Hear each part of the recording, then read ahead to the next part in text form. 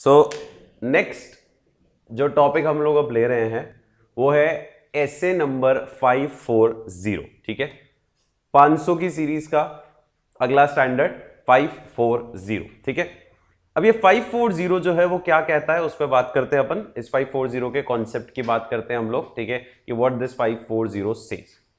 चूंकि 500 की सीरीज का स्टैंडर्ड है तो किसके ऊपर? ऑडिट एविडेंसेस इकट्ठे करने के ऊपर। उसमें तो कोई शक ही नहीं हम लोगों को। ठीक है एविडेंसेस इकट्ठे करने के ऊपर ही। अब इस पर्टिकुलर एसे के अंदर अपने को क्या पढ़ना है वो पहले मैं आपको डायग्राम से समझा देता हूं। ठीक है, क्योंकि एसे का नाम भी क्या लिखा हुआ है, auditing of accounting estimate including fair value accounting estimate and related disclosures. ठीक है, तो अब हम इसके अंदर डिस्कशन शुरू कर लेते हैं कि इसके अंदर अपने को पढ़ना क्या है। ठीक है, so I am starting with first discussion, SA number 540। I hope अभी तक समझ में आ रहे हैं सारे के सारे स्टैंडर्ड्स। ठीक है, बहुत सिंपल है, बहुत क्लियर है सारे के सारे स्टैंडर्ड्स, लॉजिक बहुत क्लियर है सारे स्टैंडर्ड्स का। 500 की सीरीज खासकर 500, 501, 505, 510, 520, 530 हम लोगों ने कंप्लीट कर लिया है और 540 के ऊपर हम लोग अब आ रहे हैं, which is auditing of accounting estimate including fair value accounting estimates. Now what this accounting estimate mean? सबसे पहले तो हम ये क्लियर कर लेते हैं कि सर अकाउंटिंग एस्टिमेट का मतलब क्या होता है। फिर एक वर्ड और आ रहा है अकाउंटिंग एस्टिमेट के साथ फेयर वैल्यू अकाउंटिंग एस्टिमेट। इन दोनों की ऑडिट करने के लिए बोला है, accounting estimate and fair value accounting estimate. तो इन दोनों का पहले मतलब समझ लेते हैं, बेसिक अकाउंटिंग मीनिंग समझना अपने को। तो अकाउंटिंग एस्टिमेट क्या होता है बताओ, बोलो। एस्टिमेट क्या होता है? अकाउंटिंग एस्टिमेट मतलब जो आप क्या बना रहे हो, फाइनेंशियल स्टेटमेंट बना रहे हो, उसके अंदर कौन से फिगर्स अकाउंटिंग एस्टिमेट्स में आएंगे? अरे उसके अंदर कौन से फिगर अकाउंटिंग एस्टिमेट में आते बताओ ना। Provisions, provisions for bad debts, provision for depreciation, ये सब क्या है? अकाउंटिंग एस्टिमेट्स है। या एस्टिमेट्स क्यों बोला इनको? क्योंकि आप क्या नहीं कर पा रहे हो, एक्चुअल फिगर नहीं निकाल पा रहे हो, तो आपने जो अप्रोक्सीमेट फिगर लिया उसका वो एस्टिमेशन है। तो अकाउंटिंग एस्टिमेट की डेफिनेशन भी बहुत इजी है, मतलब चीजें लॉजिक से पढ़ना।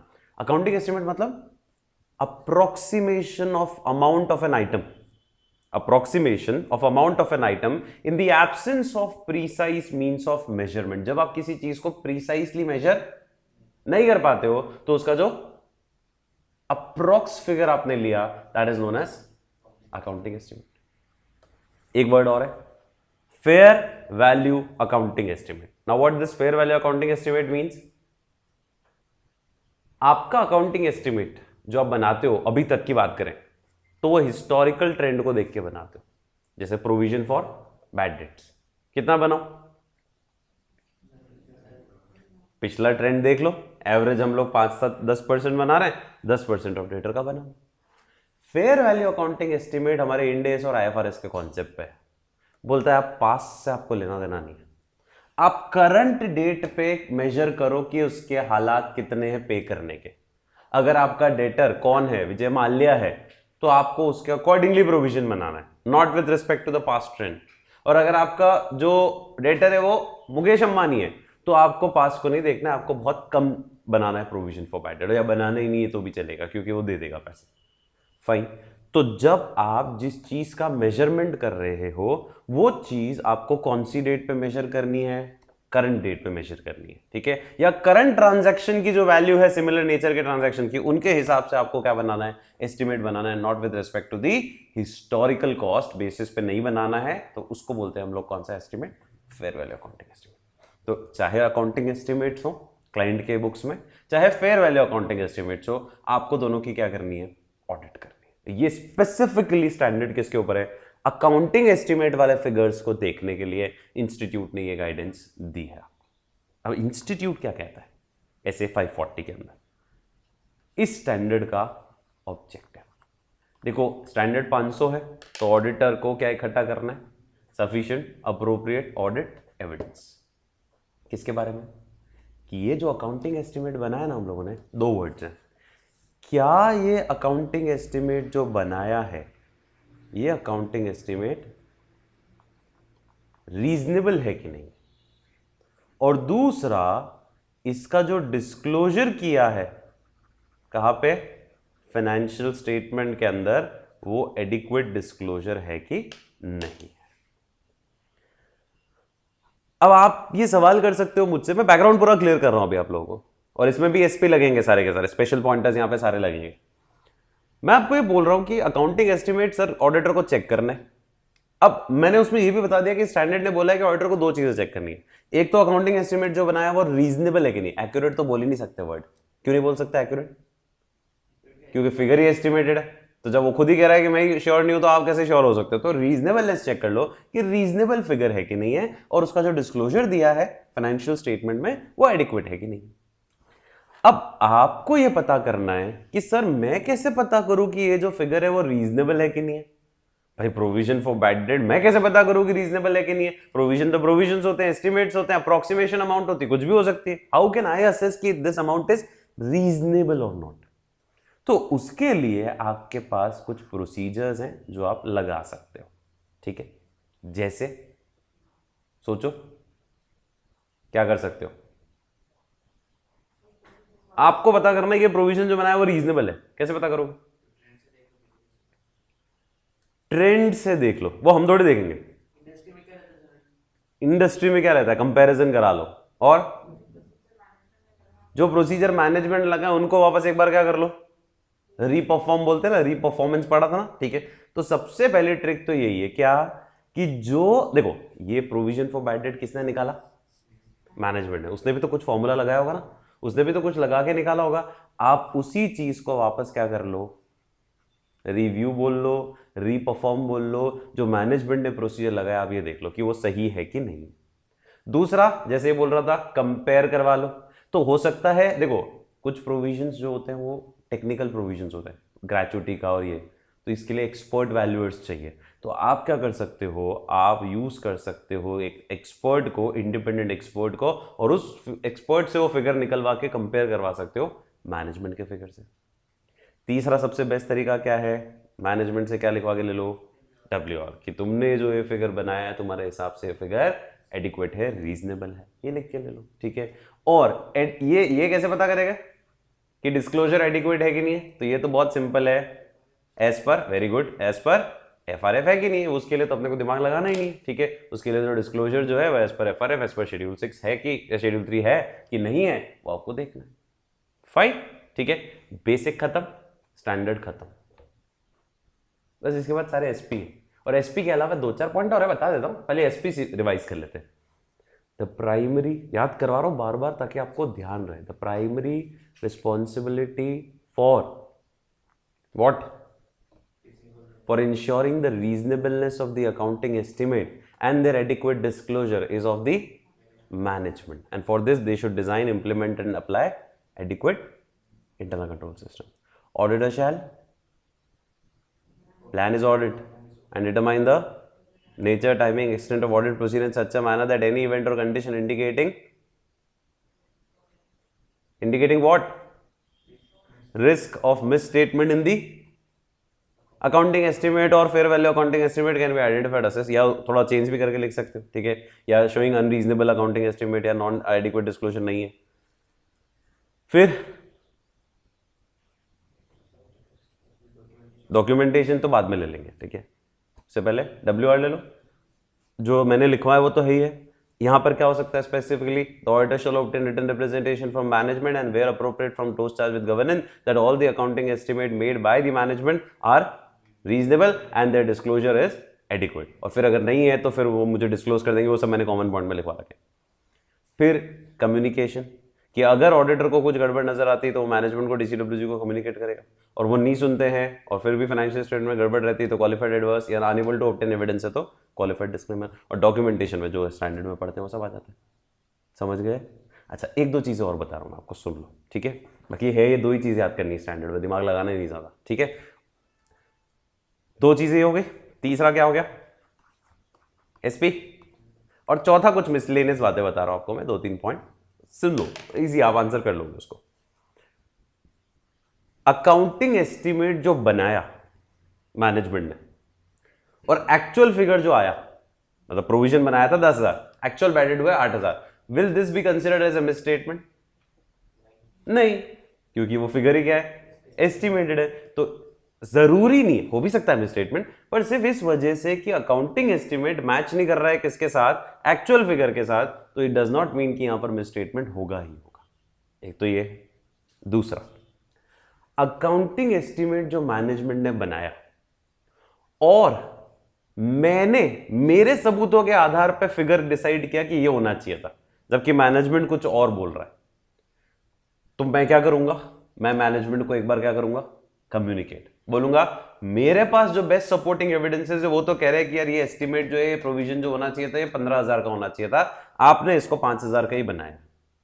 वो सुधार लेता है तो वेल एंड गुड, वो नहीं सुधारता है तो फिर मैं अपनी ओपिनियन में वो चीज पे एम्फेसिस डालूंगा अगर ये मटेरियल अमाउंट हुआ तो। क्लियर? ठीक है, बस ये एक्स्ट्रा पॉइंट है। डन? और फिर पढ़ लेते हैं, बाकी कुछ बचता है तो। समझ में आ गया? कुछ भी नहीं है, छोटा सा स्टैंडर्ड। 500 वाले सारे छोटे हैं पर बहुत अच्छे स्टैंडर्ड्स है, क्योंकि हर का एक लॉजिक है स्पेशल, और वो लॉजिक आपको ध्यान रखना है। और आंसर सैंपल सॉल्यूशन अपन देखते हुए आ रहे हैं, आपको ट्रिक समझ में आ गई है कि कैसे आंसर्स को प्रेजेंट करना है। ऐसे 540 अकाउंटिंग एस्टिमेट और फेयर वैल्यू अकाउंटिंग एस्टिमेट की डेफिनेशन से शुरू करता है। अकाउंटिंग एस्टिमेट मींस क्या बोला था?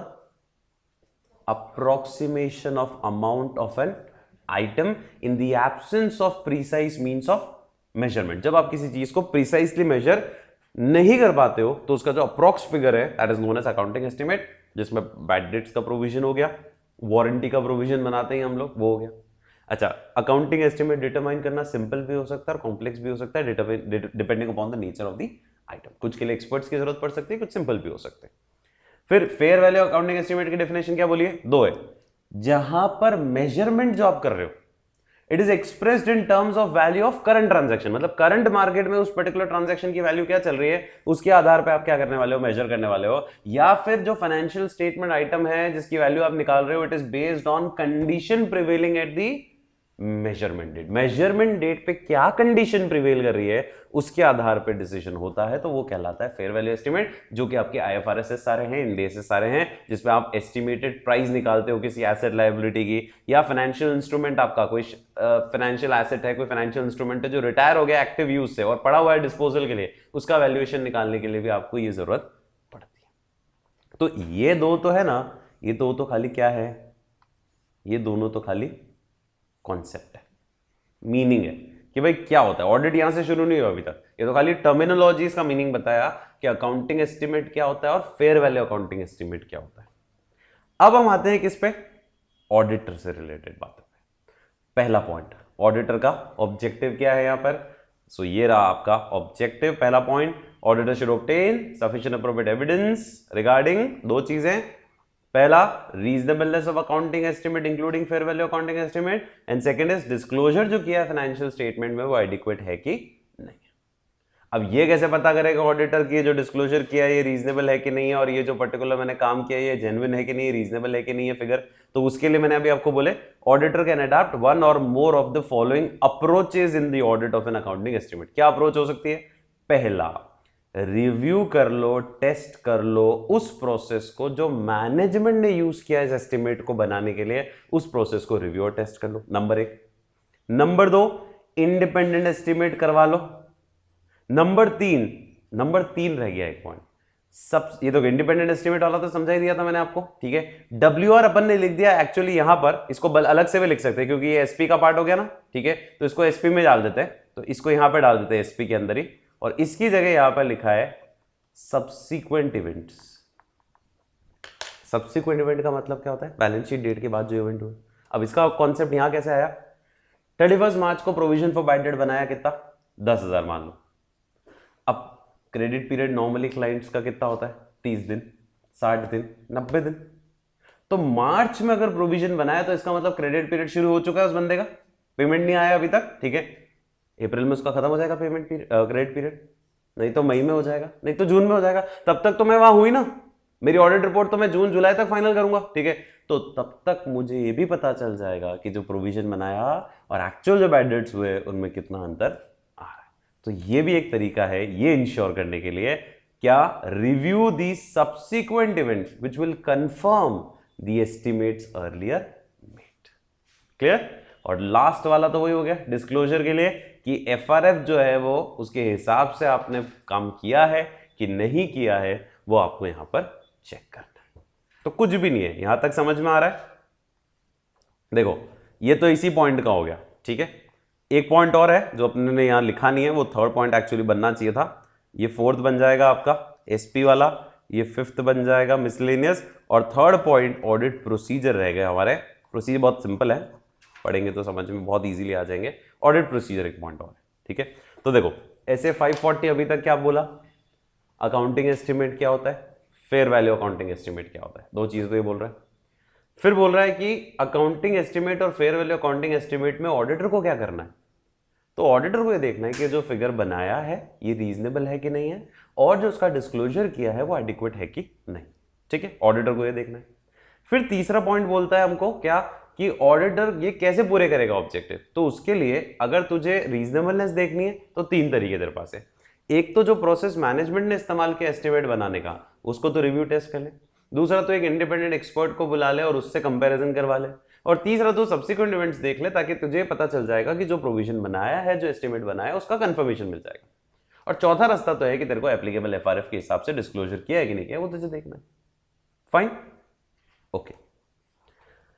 अब आता है प्रोसीजर, ऑडिट प्रोसीजर, कि ऑडिटर को क्या प्रोसीजर लगाना है, ठीक है। तो ऑडिट प्रोसीजर को 3 पॉइंट्स में बना रखा है, सिंपल से पॉइंट है, देखो इजी है। पहला पॉइंट, ये 3 पॉइंट दे रखे हैं आप लोगों को, ठीक है।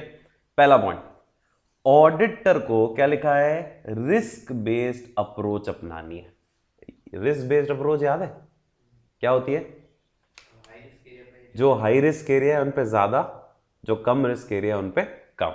तो auditor should adopt a risk based procedure to the responsibilities regarding accounting estimate including fair value accounting estimate and related disclosure. And then आगे क्या लिखा है, he should make a final assessment of the reasonableness of estimate based on auditor's knowledge of business and whether the estimate is consistent with the other audit evidences obtained during the audit. कुछ भी नहीं है, बहुत simple है।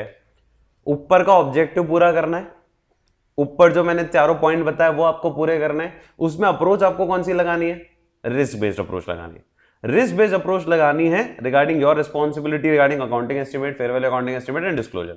और उसके लिए आपको क्या बोला है, उसके लिए आपको बोला है कि आप जब सब प्रोसीजर लगा दो और फिर फाइनली आप असेस कर रहे हो कि यार ये रीजनेबल अमाउंट है कि नहीं है, तो दो चीजें हमेशा बैक ऑफ माइंड रखना। आपके पास जो नॉलेज थी बिजनेस की, उसके हिसाब से फिगर ठीक है कि नहीं है, और दूसरा ये फिगर जो मैंने प्रोसीजर लगाया अभी ऊपर 3, ठीक है, मैनेजमेंट का प्रोसेस चेक किया, उसके हिसाब से भी ये कंसिस्टेंट आ रहा है कि नहीं आ रहा है, ठीक है। तो ये एक्चुअली इसी जो ऊपर पॉइंट पढ़े ना अपन ने, ये 3, ये इसी के साथ जुड़ा हुआ पॉइंट है, ठीक है। सेकंड तो सिंपल है, देखो आपको अंडरस्टैंडिंग लेनी है how the management identifies the need for accounting estimate, and ये भी उसी का कंटिन्यूएशन एक तरह से, कि आपको ये देखना है कि मैनेजमेंट ने कैसे आइडेंटिफाई किया कि यहां पर एस्टिमेट की जरूरत है, और फिर आपको अंडरस्टैंडिंग लेनी है how the management made the estimate, मतलब उसने कौन सा मेथड यूज किया, एक्सपर्ट की हेल्प ली क्या अजम्पशंस लिया एस्टिमेट बनाते समय, क्या एनी चेंज हुआ एस्टिमेट में पिछले साल से इस साल में कोई चेंज हुआ है क्या, whether the effect of uncertainty consider करी क्या उसने, मान लो उस एस्टिमेशन में कोई अनसर्टेनिटी की थी, यार श्योर नहीं हूं मैं भी, ठीक है, तो वो कंसिडर करी गई थी। रेलेवेंट कंट्रोल्स उस पर जो लगाए गए थे, मतलब कुछ भी नहीं करा। इन दोनों पॉइंट में भी क्या किया आपने पता है, इन दोनों पॉइंट में आपने सिर्फ अंडरस्टैंडिंग ली है। इन दोनों पॉइंट में खाली क्या ली है, अंडरस्टैंडिंग। किसकी अंडरस्टैंडिंग ली, कि मैनेजमेंट ने कैसे आइडेंटिफाई किया कि यहां पर एस्टिमेट की जरूरत है, और फिर उसने वह एस्टिमेट कैसे बनाया। तो इन शॉर्ट में आपको अगर खिचड़ी बना के बताऊं इन सारे पॉइंट्स की, तो कहानी यूं चलती है कि ऑडिटर का जो ऑब्जेक्टिव है ना, उसको पूरा करने के लिए उसको प्रोसीजर लगाना है। अब प्रोसीजर कैसे लगाएगा, तो उसको सबसे पहले तो रिस्क बेस्ड अप्रोच अपनानी है। नंबर 1, रिस्क बेस्ड अप्रोच के अंदर उसको क्या करना है, उसको यह देखना है कि मैनेजमेंट ने कैसे आइडेंटिफाई किया नीड फॉर एस्टिमेट, और मैनेजमेंट ने एस्टिमेट कैसे बनाया, और मैं उस प्रोसेस को रिव्यू कर लूंगा, टेस्ट कर लूंगा, ऊपर वाला पॉइंट आ जाएगा। फिर मैं एक्सपर्ट को बुलाऊंगा, इंडिपेंडेंट एक्सपर्ट फॉर कंपैरिजन, फिर मैं सब्सिक्वेंट इवेंट भी चेक कर लूंगा, और फिर वापस फर्स्ट इस ऑडिट प्रोसीजर के फर्स्ट पॉइंट का सेकंड हाफ आएगा कि फिर मुझे फाइनल असेसमेंट करना है कि हाँ ये जो एस्टिमेट बनाया है रीजनेबल है कि नहीं है, based on my knowledge of business and based on other procedure जो मैंने परफॉर्म किए उससे ये रिजल्ट कंसिस्टेंट आ रहा है कि नहीं आ रहा है, एंड देन मेरे को एफआरएफ के अनुसार है कि नहीं है देखना है। तो नंबरिंग अगर अपन बनाना शुरू करें इन दोनों को खिचड़ी करके तो 1 यहां तक, ठीक है, 2 3, ओके, 4 5 6, ओके, 7 इसका सेकेंड हाफ और 8, ये 8 पॉइंट आप लिखोगे इस पैटर्न पे अगर ओवरऑल क्वेश्चन आता है, और ओवरऑल ही आते ज़्यादातर क्वेश्चन, बहुत स्पेसिफिक क्वेश्चंस नहीं पूछते। तो नंबरिंग आप लोग एक बार सेट कर लो, एक बार नंबरिंग सेट कर लो।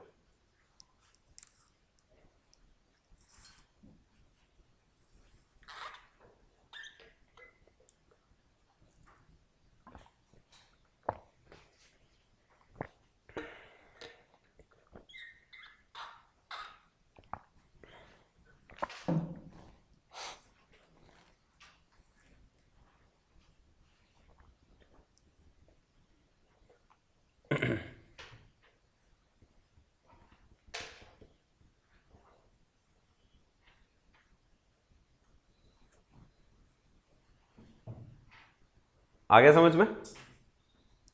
नंबरिंग भी क्लियर है?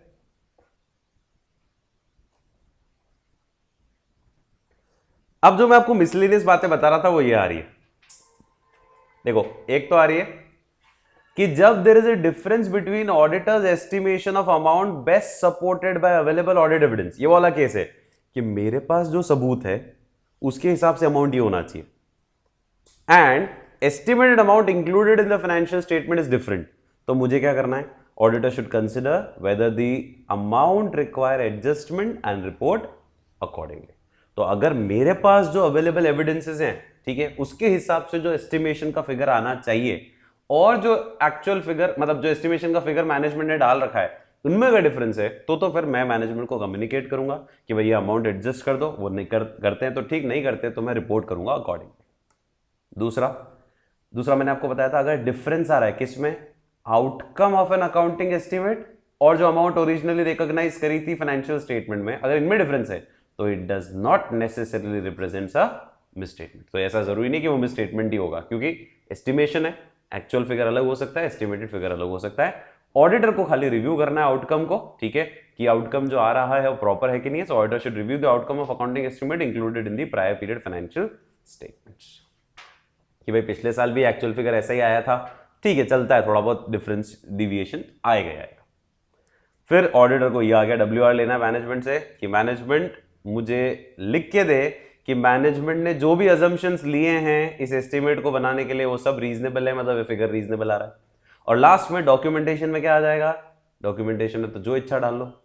यहां क्या लिखा है, किस बेसिस पे ऑडिटर ने कंक्लूड किया कि अकाउंटिंग एस्टिमेट रीजनेबल है, उनका डिस्क्लोजर जो है वो रीजनेबल है कि नहीं है, ठीक है, कोई रिस्क आ रही थी क्या, इंडिकेटर्स थे क्या, अगर कहीं कोई बायसनेस नजर आई आपको एस्टिमेट बनाते समय, मतलब जो आपको एविडेंसेस मिले वो आपको अपने डॉक्यूमेंटेशन में डालने होते हैं। इस पॉइंट को तो कभी अपन जीवन में याद नहीं रखेंगे क्योंकि ये अपने कॉमन में चलेगा। फाइन, ठीक है, तो 540 रिवाइज कर लो जल्दी से फटाफट, इधर आ जाओ। अब इधर जैसे ऑडिट प्रोसीजर है तो अपन दूसरे नंबर को और तीसरे नंबर को मर्ज कर लेते हैं, ठीक है, तो अपना 1 2 3 में गेम ओवर है, मिसलेनियस तो वैसे ही कोई इतना काम का नहीं है, ठीक है, 3 में गेम ओवर हो गया, बाकी एसपी आ गए। अभी सैंपल सॉल्यूशन भी बताऊंगा मैं आपको एक आंसर का, है ना। अकाउंटिंग एस्टिमेट क्या होता है, of an amount of an item in the absence of precise means of measurement, ठीक है, that is known as accounting estimate. Fair value accounting estimate मतलब जब आप अकाउंटिंग एस्टिमेट की वैल्यू जो है वो किस पे आधार पे मेजर कर रहे हो, या तो वैल्यू ऑफ करंट ट्रांजैक्शन या फिर मेजरमेंट डेट जो रहेगी वो क्या रहेगी, आज की रहेगी, ठीक है, तो उस केस में आप लोग बोल सकते हो so fair value accounting estimate. Objective क्या है, दो चीजें चेक करनी है, whether the accounting estimate prepared by the management is reasonable और नॉट, एंड सेकंड इज उनका डिस्क्लोजर एडिक्वेट है कि नहीं। अब मैं कैसे पता करूं, लंबी कहानी, आपको रिस्क बेस्ड अप्रोच अपनानी है, आपको मैनेजमेंट ने क्या कैसे अंडरस्टैंडिंग लेनी कि मैनेजमेंट ने कैसे आइडेंटिफाई किया कि नीड है अकाउंटिंग एस्टिमेट की, और मैनेजमेंट ने अकाउंटिंग एस्टिमेट कैसे बनाया मतलब मेथड क्या यूज किया, अजम्पशंस क्या लिए, एक्सपर्ट की हेल्प ली कि नहीं ली थी, वो सब आ जाएंगे। फिर आ जाता है कौन सा, मेरे को उसी प्रोसेस को टेस्ट करना है, रिव्यू करना है, इंडिपेंडेंट कंपैरिजन करवाना है एक्सपर्ट से, ठीक है, और सब्सिक्वेंट इवेंट चेक करना है। फिर इन सब से मुझे असेस करना है कि हाँ ये फिगर रीजनेबल है कि नहीं है, on the basis of my knowledge and on the basis of कि मेरे जो प्रोसीजर लगाया मैंने और ये जो फिगर आ रहा है वो कंसिस्टेंट है कि नहीं, दोनों से एविडेंस जो आ रहे हैं वो कंसिस्टेंट है कि नहीं, और लास्ट में मुझे इसका डिस्क्लोजर एडिक्वेट है कि नहीं, उसके लिए एफआरएफ देखना है। फाइन, ओके, बस खिचड़ी हो गई सारी की सारी, डन, कंफर्टेबल। चलो एक question, while auditing Z Limited, you observed certain financial statement assertion have been based on estimate made by management। तो कुछ भी नहीं है, आप ऑडिट कर रहे थे और आपने देखा कि कुछ assertions किस पे आधार पे बने हुए हैं, estimations के आधार पे। As the auditor, how would you minimize the risk of material mistake? वहां पे आपको लगता है कि भाई चांसेस ऑफ रिस्क कम हो जाए तो आप क्या करोगे। अब इसमें थोड़ा सा वर्जन दूसरे स्टैंडर्ड का भी है जो अपने भी पढ़ा लिए, वो भी बता दूंगा बाद में अपन, पर अपन एक बार इसका सैंपल सॉल्यूशन देख लेते हैं। क्या बोलता है क्वेश्चन, समझ में आ गया कि आप ऑडिट कर रहे थे, आपको दिखा कि कुछ फिगर्स जो है वो एस्टिमेटेड है, तो आप कैसे रिस्क कम करोगे, मिनिमाइज करोगे। तो आंसर देखो क्या लिखा हुआ है, ठीक है। So the point says what, the point says ऐसे 540 के अंदर क्या बोलता है point, the point says as per SA 540 auditing of accounting estimate including fair value accounting estimate and related disclosure, the auditor should obtain understanding, ठीक है, auditor को क्या लेनी है, अंडरस्टैंडिंग लेनी है, of the following in order to provide a basis for identification and assessment of risk, ठीक है।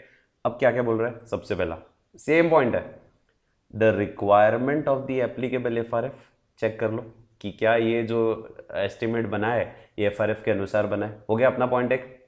सेकेंड, मैनेजमेंट ने कैसे आइडेंटिफाई किया उन ट्रांजैक्शंस को, इवेंट्स को, कंडीशन को that may give rise to the need for accounting estimate to be recognised, and in obtaining this understanding auditor should make inquiry about the changes in the circumstances that may give rise to a new or the need to revise existing accounting estimate। Second point वो वाला है, कौन सा वाला, दो चीजें mix है इसमें, एक तो हमको ये पता करना है, अंडरस्टैंडिंग लेनी है कि मैनेजमेंट ने कैसे आइडेंटिफाई किया कि there is a need for accounting estimate, एक तो ये था, और ये भी देख लो कि क्या कोई ऐसे सर्कमस्टांसेस में बदलाव हुआ है क्या जिसकी वजह से हमारे को पुराने एस्टिमेट को चेंज करवाना है। मान लो पुराना कोई एस्टिमेट चल रहा है, इस साल भी वही फिगर कंटिन्यू कर रहे हैं वो लोग, ठीक है, तो आपको चेक करना है कि सर्कमस्टांसेस में कोई बदलाव तो नहीं हुआ है जिसकी वजह से कोई नया एस्टिमेट बनाना है या एग्जिस्टिंग को रिवाइज करना है।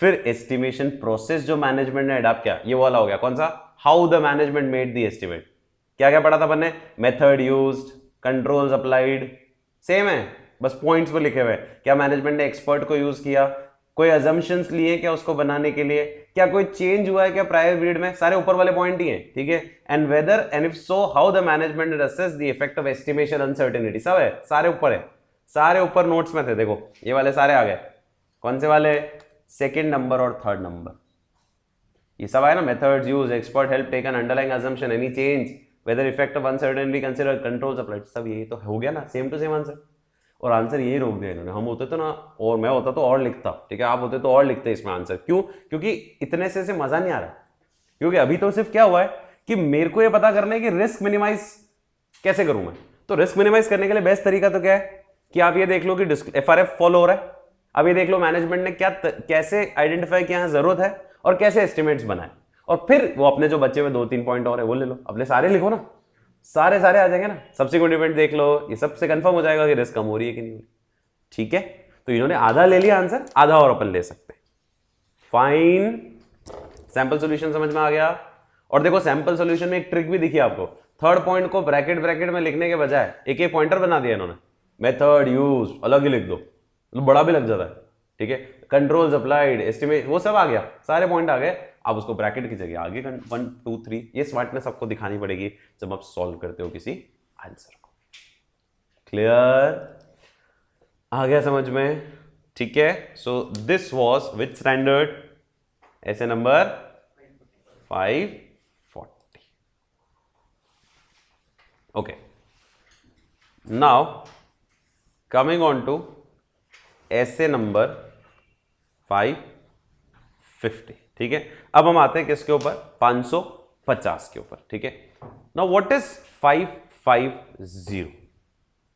देखो स्टैंडर्ड का नाम क्या है, रिलेटेड पार्टीज, और रिलेटेड पार्टीज का जो स्टैंडर्ड है उसका लॉजिक मैं आपको शुरू कर रहा हूं समझाना। है 500 की सीरीज का स्टैंडर्ड, इसका मतलब ऑडिटर को क्या इकट्ठे करना है, सफिशिएंट अप्रोप्रिएट ऑडिट एविडेंस। ठीक है, यहां पर भी स्टैंडर्ड वही है कि आपको इकट्ठे क्या करने हैं, सफिशिएंट अप्रोप्रिएट ऑडिट एविडेंस इकट्ठे करने। 550 की शुरुआत में इस तरह से करो, आगे लॉजिक से ही शुरू करते हैं अपन। तो ऐसे 550, सबसे पहला meaning of related party. Related party की क्या मीनिंग होती है पता है? रिलेटेड पार्टी की डेफिनेशन देखो, एक तो होते रिलेटिव, कंपनी ऑडिट वाला, वो नहीं बात कर रहा हूं मैं, रिलेटेड पार्टी की बात कर रहा हूं। रिलेटेड पार्टी की डेफिनेशन एएस इंड एस से भी ले सकते हैं हम लोग, ठीक है, और बेसिक डेफिनेशन होती है जो सबको पता होनी चाहिए। सुन लो, ऑडिट में हमारे लिए काम की नहीं है, जैसे अकाउंटिंग एस्टिमेट की डेफिनेशन हमारे लिए ऑडिट में काम की नहीं है, पर पता होना चाहिए अकाउंटिंग एस्टिमेट क्या होता है। वैसे ही रिलेटेड पार्टीज की ऑडिट कैसे करनी है वो हमारे काम का है, पर रिलेटेड पार्टी कौन होती है पता तो होना ही चाहिए। रिलेटेड पार्टी की डेफिनेशन अगर आपने सुनी भी हो कभी, एस 18 की ही अडैप्ट होती है, इंड एस जो भी होगा रेस्पेक्टिव उसकी अडैप्ट होती है। रिलेटेड पार्टी मींस एक पार्टी का दूसरी पार्टी के ऊपर अगर कंट्रोल है या सिग्निफिकेंट इन्फ्लुएंस है तो वो रिलेटेड मानी जाती है। दो डेफिनेशन तो सेम होती हैं, पहले में ए का बी पे है तो A is related to B, second में होती है बी के ऊपर ए का है तो B is also related to A. तो in short, holding subsidiary holding, they are related parties, because आपका उसके ऊपर कंट्रोल है या आपका उसके ऊपर अगर सिग्निफिकेंट इन्फ्लुएंस है तो आप रिलेटेड पार्टी कहलाओगे। तो पहली डेफिनेशन दूसरी डेफिनेशन एंगल चेंज होता है, पहले में ए से बी को एंगल देता है, दूसरी डेफिनेशन में बी से ए का एंगल आता है। ये दो डेफिनेशन तो बेसिक हो गई।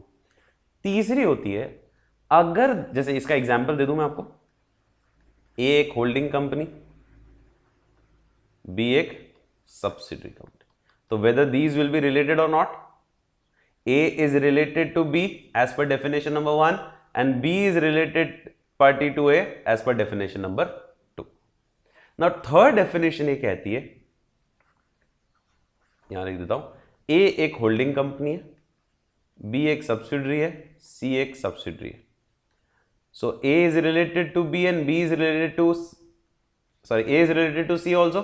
ये फर्स्ट और सेकंड डेफिनेशन में हो गया, और बी और ए और सी और ए भी है, ये दोनों भी आपस में क्या माने जाते हैं, ये पहली दो डेफिनेशन में नहीं है, तीसरी डेफिनेशन में। तीसरी डेफिनेशन बोलती है अगर आपका कॉमन क्या है, कंट्रोल है, या कॉमन कौन है, की मैनेजमेंट, या आपका जो ओनर्स हैं वो कॉमन है, या owners are close family members, मतलब मैं एक्स कंपनी को या एक्स एंटिटी को ओन कर रहा हूं, मेरी वाइफ वाई एंटिटी को ओन कर रही है, तो वो दोनों एंटिटियां भी क्या हो जाएगी, एक दूसरे के रिलेटेड हो जाएगी इस तीसरी डेफिनेशन के हिसाब से। समझ गए? रिलेटेड पार्टी की डेफिनेशन में कोई दिक्कत? सिंपल, बहुत सिंपल है, और ये अपने को बहुत ज्यादा पढ़ना भी नहीं है, क्योंकि हमको रिलेटेड पार्टी की डेफिनेशन के बजाय ऑडिट क्या करनी है, ऑडिटर का क्या ऑब्जेक्टिव है, ऑडिटर कैसे काम करेगा, उस पर बात करते हैं। और इसमें भी एसपी सारे लगेंगे। एसपी आपके जीवन का एक महत्वपूर्ण हिस्सा है, it is a big part of your life till your exam, ठीक है। सो उनको भजन की तरह रेगुलर बेसिस पे सुबह और शाम गाते और जपते रहना है, ठीक है। ये आपके लिए बहुत इंपॉर्टेंट मंत्र की तरह काम करेगा, नवकार मंत्र की तरह काम करेगा आप सब लोगों के लिए, ठीक है। समझ गए? चलो सेकेंड, और अभी तक किसी को याद नहीं हो, ध्यान रखना, इसलिए अपने गिरेबान में झांको और अपने आप को अंडर एस्टिमेट करो rather than overestimate. Second objective, हर स्टैंडर्ड कुछ कहता है, ये स्टैंडर्ड का ऑब्जेक्टिव क्या है, सुन लो। Auditor has to obtain sufficient appropriate audit evidence, क्योंकि 500 की सीरीज है। यहां दो चीजों के बारे में सबूत इकट्ठे करना है, कौन सी? नंबर 1, क्या सारी की सारी रिलेटेड पार्टी और उनसे जुड़े हुए ट्रांजैक्शन आइडेंटिफाई हो गए कि नहीं हो गए, कहीं कोई छुप तो नहीं गया है जो ऑडिटर की नजर में नहीं आया है। और दूसरा, उन सब का जो भी ट्रांजैक्शंस मटेरियल हैं उन सब का डिस्क्लोजर भी प्रॉपरली हो गया है कि नहीं हो गया। वापस बोल रहा हूं, दो चीजें चेक करनी है, whether all the transactions of related parties और रिलेटेड पार्टी, दोनों रिलेटेड पार्टी भी आइडेंटिफाई हो गई है और रिलेटेड पार्टी ट्रांजैक्शंस भी आइडेंटिफाई हो गए हैं और उनका डिस्क्लोजर भी प्रॉपरली कर दिया गया है उन ट्रांजैक्शंस का जो मटेरियल है फाइनेंशियल स्टेटमेंट के लिए। अब इसमें वापस सवाल आता है, सर मैं कैसे पता करूं कि सारी की सारी रिलेटेड पार्टी आइडेंटिफाई हो गई है, मुझे कैसे पता चलेगा कि कोई छुपा तो नहीं दी उसने? तो इसके लिए वापस मुझे बताओ, कैसे पता करेगा ऑडिटर की सारी रिलेटेड पार्टी आइडेंटिफाई हो गई है? बताओ कैसे पता करेगा? बहुत बढ़िया, एक काम तो बहुत ही बढ़िया कर लो, मैनेजमेंट से WR ले लो। वैसे तो SP में डाल सकते हैं इसको, यहां पर लिख दोगे तो भी चलेगा, अलग भी लिखेंगे तो चलेगा, ठीक है। किसको रिव्यू करूं? तो मतलब रिकॉर्ड्स चेक कर लो, इन्होंने जो जो आइडेंटिफाई करके मेरे को बताई है, रिकॉर्ड्स चेक कर लो। अब रिकॉर्ड्स में बहुत सारे होते हैं, मिनट बुक देख लो क्योंकि उन्होंने डिसाइड किया ही होगा। IT रिटर्न्स अगर कोई भरे हैं सारे एम्प्लॉइज के, वो देख लो। कोई बहुत बड़ा इन्वेस्टमेंट हुआ है कंपनी के अंदर, वो देख लो क्योंकि हो सकता है वो रिलेटेड पार्टी हो, या बहुत बड़ा लोन किसी को दिया है वो देख लो। ये बहुत इंपॉर्टेंट एरियाज है क्योंकि रिलेटेड पार्टीज के साथ ट्रांजैक्शंस भी बड़े होंगे, वो वेरीफाई कर लो। और हाँ वही, वो रिकॉर्ड्स में देख लेंगे सारे। वेरी गुड, वेरी गुड, एक ये पॉइंट अच्छा पॉइंट है कि सर लास्ट, ये भी रिकॉर्ड्स में आ गया कि पास्ट ईयर के फिगर देख लो और ये देख लो कि सर लास्ट ईयर के जो थे वो सारी आई है कि नहीं आई है। नया है तो अच्छी बात है, और हट गया तो क्यों हटा है, ठीक है, वो पता कर लो। फिर एक और ऑप्शन है आपके पास, लास्ट ईयर के वर्किंग पेपर्स अगर मिल जाए पिछले ऑर्डर के, उसने भी तो लिस्ट मेंटेन करी होगी, वो मंगा लो, ठीक है। फिर आपके पास ऑप्शन है, आप इंक्वायरी कर सकते हो, किससे?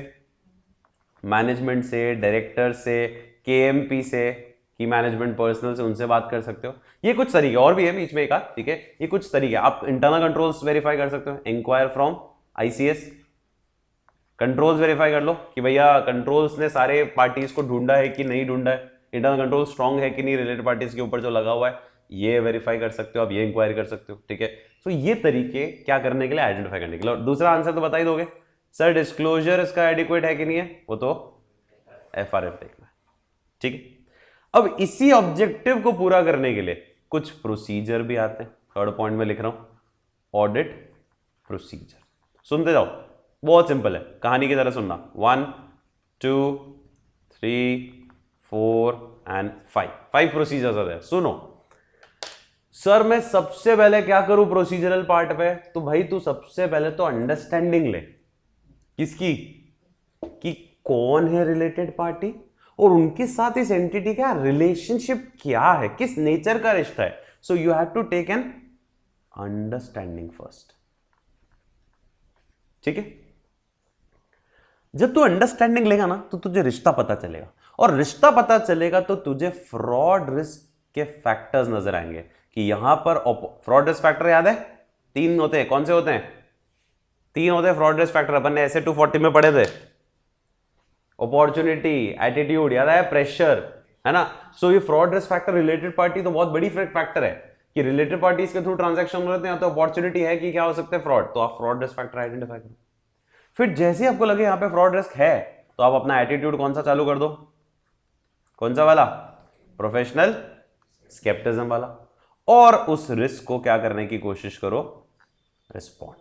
और एक काम और कर सकते हो आप, क्योंकि रिलेटेड पार्टीज के ऊपर कंपनी लॉ भी लगा हुआ है, हमारा शेड्यूल 3 भी डिस्क्लोजर्स के लिए कहता है, तो आप ये भी देख लो कि FRF या फिर और भी कोई स्टैट्यूटरी रिक्वायरमेंट है जो रिलेटेड पार्टीज के ऊपर लगी हुई है, क्या वो भी इन्होंने कंप्लाई करी है कि नहीं करी है। आपको ये काम करना है, कुछ नहीं करना है, सबसे पहले अंडरस्टैंडिंग ली, किसकी?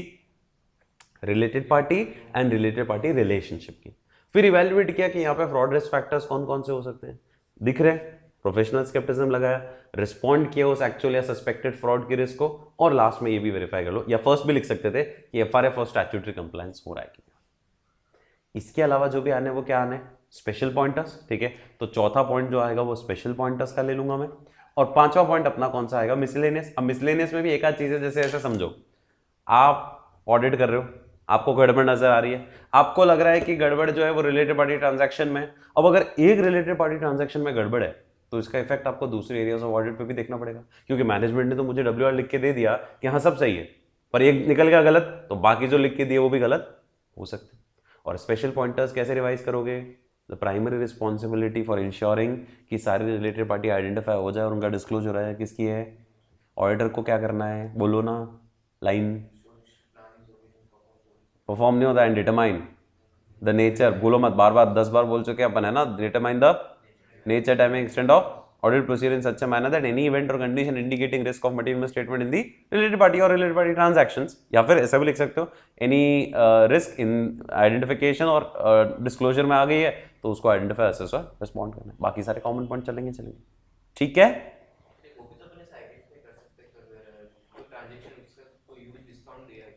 वो रिव्यू रिकॉर्ड्स आ गए ना, उसमें सब आ जाएगा, उसमें सब आ जाएगा, ठीक है। कि जो आपको लग रहा है आपको वेरीफाई करना है वो वेरीफाई कर लो, बड़ा इन्वेस्टमेंट, बड़ा लोन, बड़ा डिस्काउंट, कुछ भी हो सकता है, ठीक है। चलो आ जाओ वापस कंटेंट के ऊपर, अब कंटेंट पे आ रहे हैं, ठीक है। अब कंटेंट क्या कह रहा है, देखो रिलेटेड पार्टीज, सबसे पहले तो ऑब्जेक्टिव दे रखा है, मीनिंग बाद में, ठीक है। पहला जो मेन पॉइंट है वो है ऑब्जेक्टिव स्टैंडर्ड का क्या है। Auditor should perform audit procedure to obtain sufficient appropriate audit evidences, वो तो कॉमन ही चलेगा, काय के लिए, regarding the identification and disclosure by the management of related parties and the related parties transactions which are material to the financial statement। दो keyword है, identification and disclosure. फिर मीनिंग आ गया, मीनिंग अपन देख लिया है, वापस नहीं देखेंगे, बस एक चीज यहां पे मैं बता देता हूं आपको, 3 डेफिनेशन देखी थी, कंट्रोल, सिग्निफिकेंट इन्फ्लुएंस, आपका किसी के ऊपर, किसी का आपके ऊपर, और ये वाला कॉमन कंट्रोल है, कैसे, या तो ओनर कॉमन है, या ओनर क्लोज फैमिली मेंबर है, या की मैनेजमेंट कॉमन है। लेकिन ये वाली लाइन हमेशा याद रखना, ये जो सरकारी एंटिटियां होती है ना, वो सब तो किसके कंट्रोल में होती है, गवर्नमेंट के कंट्रोल में। तो सिर्फ इस वजह से कि ये सारी एंटिटियां गवर्नमेंट के कंट्रोल में, रिलेटेड पार्टी नहीं मानी जाएंगी, नहीं तो क्या होता है, थर्ड डेफिनेशन में आ जाएंगी ना, कॉमन कंट्रोल किसका है, गवर्नमेंट का। तो गवर्नमेंट का जब कंट्रोल है तो क्या सारी गवर्नमेंट एंटिटी एक दूसरे की रिलेटेड है, नहीं, अनलेस एंड अनटिल उनमें आपस में कोई सिग्निफिकेंट रिलेशन हो तो बात अलग है, लेकिन ये जो थर्ड पॉइंट है ये गवर्नमेंट एंटिटीज पे इस वजह से नहीं लगता है, ठीक है। तो लिखा भी है, however entities that are under common control by state means either national or regional or local government, they are not considered related unless they engage in significant transaction or they share resources to a significant extent with one another, ठीक है। बात समझ में आ गई वाली भी। चलो अब वो आ गया, management is responsible for identification and disclosure of related parties and transactions with the parties. और इसके लिए मैनेजमेंट को क्या लगाना चाहिए, सेम अपनी लाइन लिखनी है अपने को, ठीक है। इसके लिए मैनेजमेंट को एडिक्वेट वही अकाउंटिंग इंटरनल कंट्रोल सिस्टम लगा देना चाहिए, ताकि ये इंश्योर हो जाए कि जो भी ट्रांजैक्शन रिलेटेड पार्टीज के साथ हुए हैं वो सारे आइडेंटिफाई हो जाएं और प्रॉपर्ली डिस्क्लोज हो जाए। सेम लैंग्वेज है, सेम अपन ने जो अपनी कॉमन पॉइंटर, स्पेशल पॉइंटर का पहला पॉइंट है। अब जो अपने को पहला सवाल पूछ रहा था क्या, हाउ टू आइडेंटिफाई, कि भाई सारी रिलेटेड पार्टी आइडेंटिफाई हो जाएगी। लिस्ट देखो, वर्किंग पेपर्स और प्रायर ईयर मंगा लो, मैनेजमेंट से इंक्वायरी कर सकते हो, कंट्रोल्स वेरीफाई कर सकते हो, डायरेक्टर्स और केएमपी से, और ये सब आ गया, रिकॉर्ड्स एंड डॉक्यूमेंट्स देख लो, जैसे share holder record, minute, statute record, IT returns, unusual transaction, major investment, internal audit report में कहीं वो पता चला, कोई सिग्निफिकेंट कॉन्ट्रैक्ट हुआ किसी पार्टी के साथ, या कोई कॉन्ट्रैक्ट हुआ की मैनेजमेंट के साथ, या फिर प्रोफेशनल कोई एडवाइजर है, लॉयर है, उसने कोई आपको करस्पॉन्डेंस करी कि भाई अब यहाँ गड़बड़ हो रही है ये रिलेटेड पार्टी में, तो उन सबको आपको देखना है। कंफर्टेबल। फिर ड्यूटी क्या एडिशनल, अभी जो बताई 5 पॉइंट कौन से हैं, सबसे पहले understand entity related party relationship and transaction, evaluate fraud risk factors, attitude of professional scepticism and respond, and then first point was FRF or statutory compliance अगर कोई है तो वो भी आपको देखना है। Simple,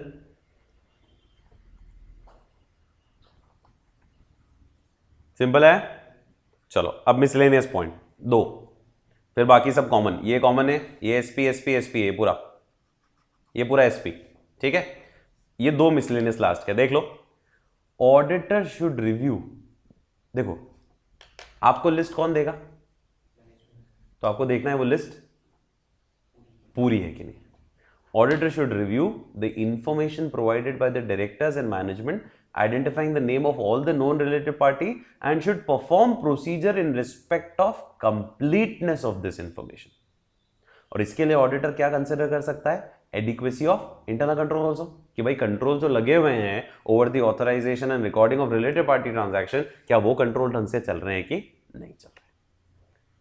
in examining the related party transaction, auditor को सबूत इकट्ठे करना है कि जो भी ट्रांजैक्शन आए हैं वो प्रॉपर्ली रिकॉर्डेड है और उनका डिस्क्लोजर प्रॉपर्ली कर दिया। और फिर ये कॉमन पॉइंट है WR का, कि WR लिखवाना है आपको मैनेजमेंट से कि जो भी इंफॉर्मेशन प्रोवाइड करी है वो कंप्लीट है। दूसरा, आपको कम्युनिकेट करना है मैनेजमेंट को अगर कोई भी सिग्निफिकेंट मैटर अराइज होता है। फिर अगर आप अनेबल टू ऑब्टेन एविडेंसेस हो, ठीक है, तो आप क्वालिफाइड डिस्क्लेमर दे सकते हो और डॉक्यूमेंटेशन में नाम और nature of related party transaction आ जाएगा। ये सब एसपी हमारे, समझ रहे हो। ओके, सो रिलेटेड पार्टी का टॉपिक क्या खत्म हुआ, इतना सा टॉपिक है भाई। सबसे पहले क्या देखी,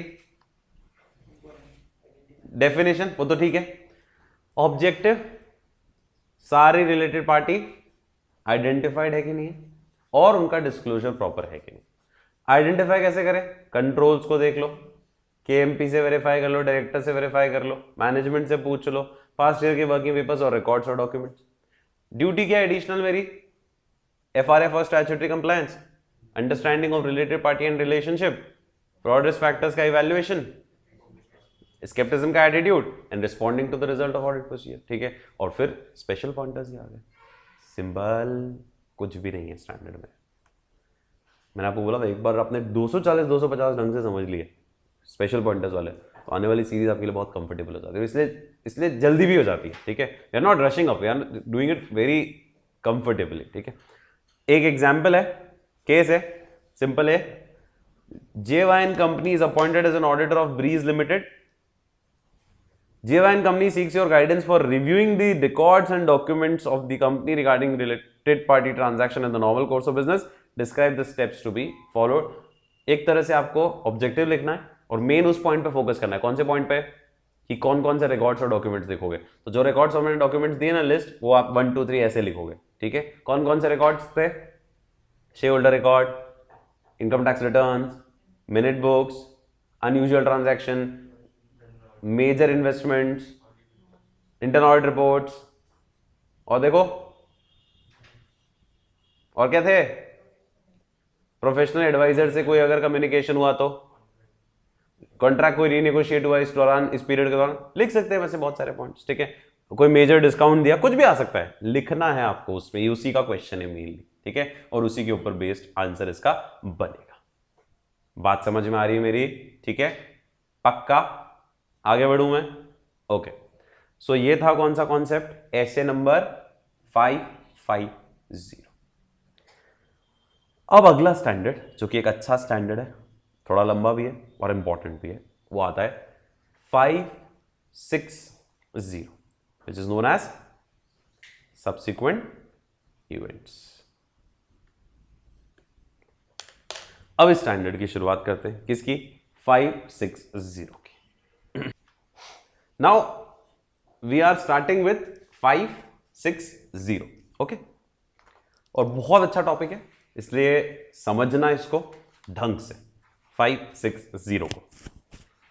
now this 560 says what, subsequent event नाम है स्टैंडर्ड का, लेकिन इस नाम से कभी भी कंफ्यूजन नहीं होना चाहिए, क्योंकि बहुत सारे लोग इसको गलत इंटरप्रेट करते हैं। And I want you all to just focus on the concept part initially, क्योंकि कॉन्सेप्ट समझ में आ गया, अंदर कंटेंट तो फिर वही है, ठीक है। और जब आप पढ़ो भी सही ना वापस, तो ऐसे ही पढ़ा करो।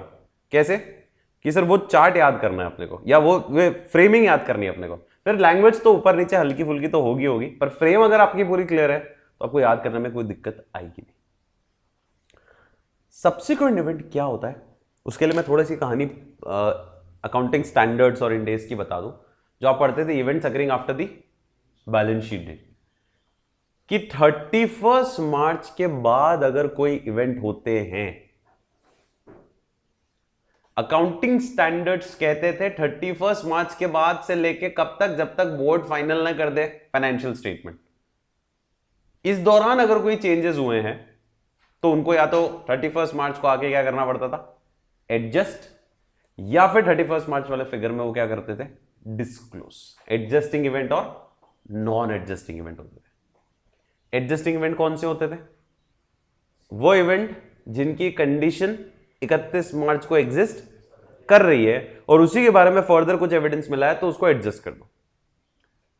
और नॉन एडजस्टिंग इवेंट कौन से होते थे, ऐसी कंडीशन एग्जिस्ट नहीं कर रही 31 मार्च को, लेकिन कोई नया ही चीज बाद में निकल के आई है, तो उसको आपको खाली डिस्क्लोज करना था। उसमें एडजस्ट तो इस साल करेंगे, डिस्क्लोजर पिछले साल आ जाएगा।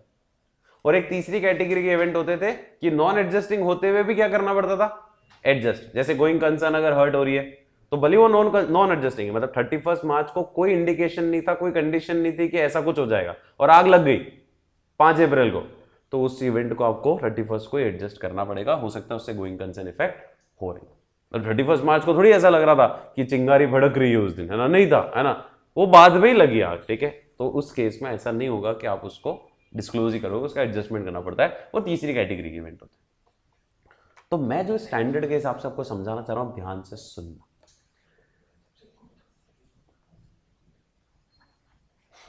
सबसे पहली डेट होती है कौन सी, balance sheet date, that is 31/3/21 मान लेते हैं। फिर आती है बीच में date of approval of financial statement by BOD, पर वो हम नहीं ले रहे क्योंकि हमारे 560 के लिए इंपॉर्टेंट नहीं है, वो अकाउंटिंग स्टैंडर्ड्स के लिए इंपॉर्टेंट है। हम इसके बाद सीधे लेंगे ऑडिट रिपोर्ट की डेट, विच इज 4 अगस्त 21। चल सकती है, चलेंगे, ठीक है। तो बैलेंस शीट डेट से लेके ऑडिट रिपोर्ट की डेट के बीच में अगर कोई भी क्या हुए हैं, इवेंट हुए, ठीक है, यहां लिख रहा हूं मैं, कोई भी इस तारीख के बीच में क्या हुआ है, सिग्निफिकेंट इवेंट हुआ है, चाहे वो सिग्निफिकेंट इवेंट फेवरेबल हो, चाहे वो इवेंट अनफेवरेबल हो, तो कंपनी के अच्छे के लिए हुआ हो कि कंपनी के बुरे के लिए कुछ हुआ, फाइनेंशियल इंपैक्ट पॉजिटिव हो कि नेगेटिव हो, कमेंट कंसिडर तो करना ही है। इनका मुझे या तो क्या करवाना है, एडजस्टमेंट, या फिर इसका क्या होना चाहिए, डिस्क्लोजर। अब वो डिपेंड करेगा, डिपेंडिंग ऑन कि वो इवेंट एडजस्टिंग इवेंट था कि नॉन एडजस्टिंग इवेंट था। एडजस्टिंग इवेंट बोले तो इवेंट ऐसा हुआ है जिसकी कंडीशन 31 मार्च को एग्जिस्ट कर रही है, जैसे फॉर एग्जांपल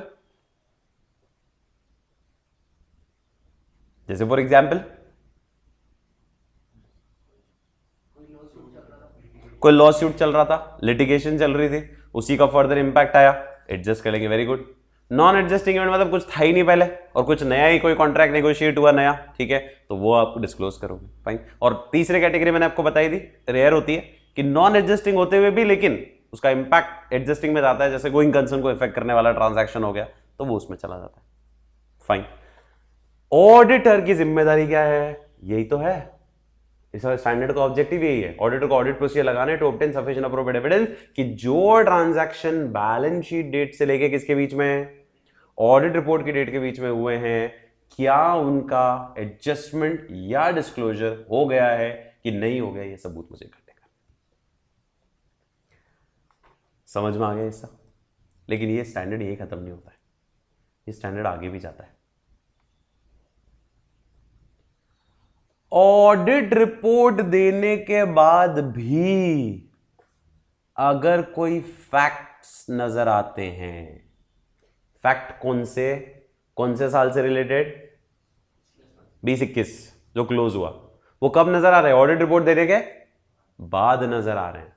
और वो फैक्ट भी कैसे हैं, यहां लिख रहा हूं, वो फैक्ट भी ऐसे हैं कि had it be known to the auditor earlier बोले तो ऑडिट रिपोर्ट से पहले पता चल गए होते वो फैक्ट अगर, तो it would have affected financial statement और ऑडिट रिपोर्ट और बोथ। समझ में आया? अब वो फैक्ट कब नजर आया? ऑडिट रिपोर्ट देने के बाद। और फैक्ट भी छोटा मोटा नहीं हो, फैक्ट मतलब 100% ट्रूथ। हाँ, कुछ ऐसे लग रहा है ऐसा नहीं, श्योरिटी कुछ नजर आई है। और वो फैक्ट ऐसे है कि अगर आपको पता चले होगा तो कब? ऑडिट रिपोर्ट से पहले तो आप फाइनेंशियल स्टेटमेंट चेंज करवा देते, या आपकी ऑडिट रिपोर्ट चेंज हो गई होती, या दोनों चेंज हो गए होते, ऐसा कोई फैक्ट है तो उसको भी आपको भली बात में नजर आया है पर कंसिडर करना होता है। ये हिस्सा इस स्टैंडर्ड का आधी जनता भूल जाती है। ये यहां तक सबको याद रहता है, बैलेंस शीट डेट से लेके ऑडिट रिपोर्ट की डेट के बीच में इवेंट जो हुए हैं उनको आपको कंसिडर करना है और उनका एडजस्टमेंट डिस्क्लोजर हो गया कि नहीं हो गया देखना है। लेकिन ये हिस्सा कौन याद रखेगा कि बैलेंस शीट ऑडिट रिपोर्ट की डेट के बाद भी कोई फैक्ट्स अगर नजर आते हैं और वो अगर पहले नजर आ चुके होते तो आज कुछ पिक्चर और होती, तो उन फैक्ट्स को भी आपको कंसिडर करना है। अब वो कैसे कंसिडर करना है उसके बारे में आगे बात करेंगे। हाँ, very good question. Audit report के कितने बार? तो कुछ लिखा ही नहीं यहाँ पे, तो कभी भी नजर आ सकता है, कभी भी नजर आ सकता है। फिर हो सकता है देखो बहुत बाद नजर आएगा तो ऑडिटर खुद ही रिलैक्स रहेगा, बोले कौन माता बॉडी करे, क्योंकि पर काम तो है। मतलब अगर उसको मान लो 2 साल बाद नजर आता है तो उसकी जिम्मेदारी तो है कि वो पुरानी वाली रिपोर्ट को वापस क्या करे, रिवाइज करे, अमेंड करे। अभी पढ़ेंगे उसमें आगे डिटेल में, पर इसमें टाइम लिमिट नहीं लिखी हुई, ठीक है। तो it could be any time limit, क्योंकि ऑडिट रिपोर्ट तो रहेगी ना हमेशा, ठीक है, उसमें तो कोई दिक्कत होंगे नहीं। पर इनडायरेक्टली यूं बोलो तो 8 साल मान लो, क्योंकि वो वही डिलीट हो जाएंगे तो ये भी फिर क्या रहेगी, ठीक है।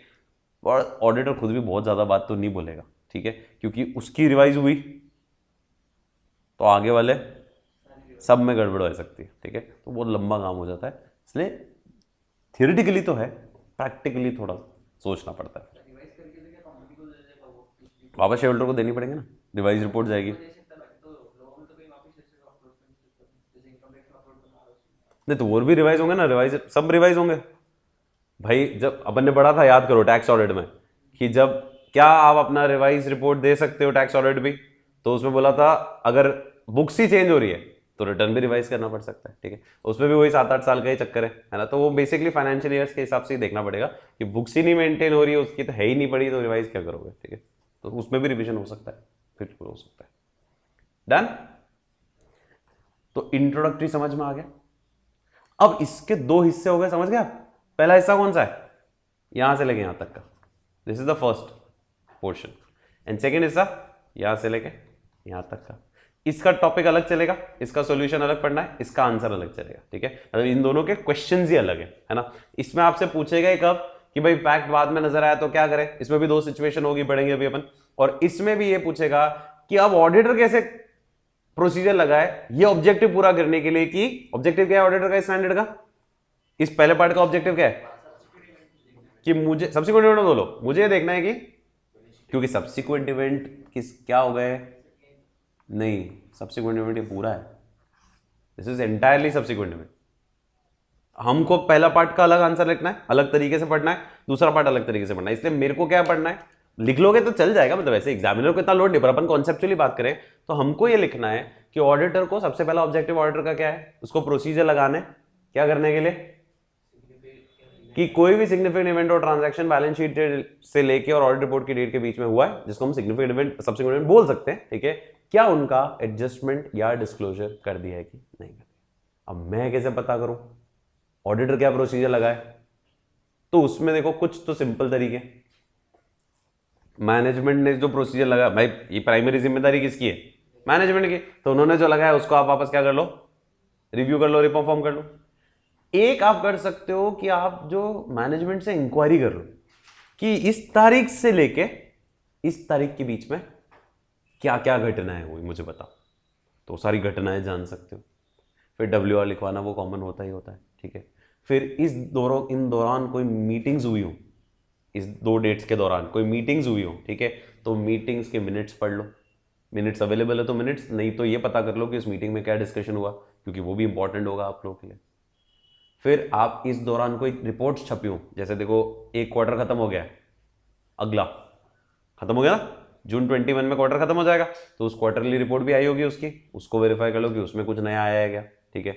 इस दौरान कोई मैनेजरियल रिपोर्ट छपी हो, कैश फ्लो आया हो इंटरिम, ये सब पढ़ने पड़ेंगे आपको, तब जाके आपको पता चल जाएगा कि हाँ जो फिगर, मतलब मैं जब साइन कर रहा हूं ना 4/8 को, तो मैं ये देख लेता हूं कि 4/8 तक की घटनाएं एडजस्ट और डिस्क्लोज हो गई कि नहीं हो गई, क्योंकि मेरी जिम्मेदारी है ये, ठीक है। और फिर दूसरा हिस्सा बाद में डिस्कस करेंगे, पहले एक हिस्से पे आते हैं। ये कंटेंट समझ में आया, इसको चार्ट को बाद में बनाना होगा तो मैं आपको टाइम दे दूंगा, पहले मैं कंटेंट पे आ रहा हूं। सब्सिक्वेंट इवेंट क्या होता है? सबसे पहले तो meaning, the first point is meaning of subsequent event. Subsequent events, sir, are significant events occurring between the balance sheet date and the date of audit report. ये तो पहला हिस्सा हो गया। Subsequent event क्या है? Significant event occurring between the balance sheet date and the date of audit report. ये तो पहला हिस्सा हो गया। And second हिस्सा, and the facts that become known to the auditor after the date of audit report. ये हो गई पूरी definition complete. अब ऑडिटर को क्या करना है? इन subsequent events का, चाहे वो पहला हिस्सा हो चाहे दूसरा हिस्सा, उसका इंपैक्ट फाइनेंशियल स्टेटमेंट पे और ऑडिट रिपोर्ट पे देखना है। उसके लिए अब पहला हिस्सा, अभी अपन यहां से शुरू कर रहे हैं, कौन सा हिस्सा? First portion. फर्स्ट पोर्शन कौन सा है? बैलेंस शीट से लेके ऑडिट रिपोर्ट तक के बीच का। ऑडिटर को प्रोसीजर, वही लैंग्वेज ऑब्जेक्टिव आ गया इसका, ठीक है, ये ऑब्जेक्टिव आ गया पहले हिस्से का। Auditor should perform procedure to obtain sufficient appropriate evidence that all the events up to the date of audit report that requires adjustment or disclosure in the financial statement has been identified और note. ऐसे सारे event जिनका adjustment या क्या करना था, disclosure करना था, वो सारे के सारे इवेंट क्या हो चुके हैं? आइडेंटिफाई हो चुके हैं कि नहीं हो चुके हैं? सबसे पहला मेरा ऑब्जेक्टिव है, और इसके लिए ये क्वेश्चन, ये आंसर इसका, व्हाट आर द प्रोसीजर जिससे ऑडिटर को सबूत मिलेंगे? तो ये याद रखना है आपको, सबसे पहला प्रोसीजर होता है कौन सा?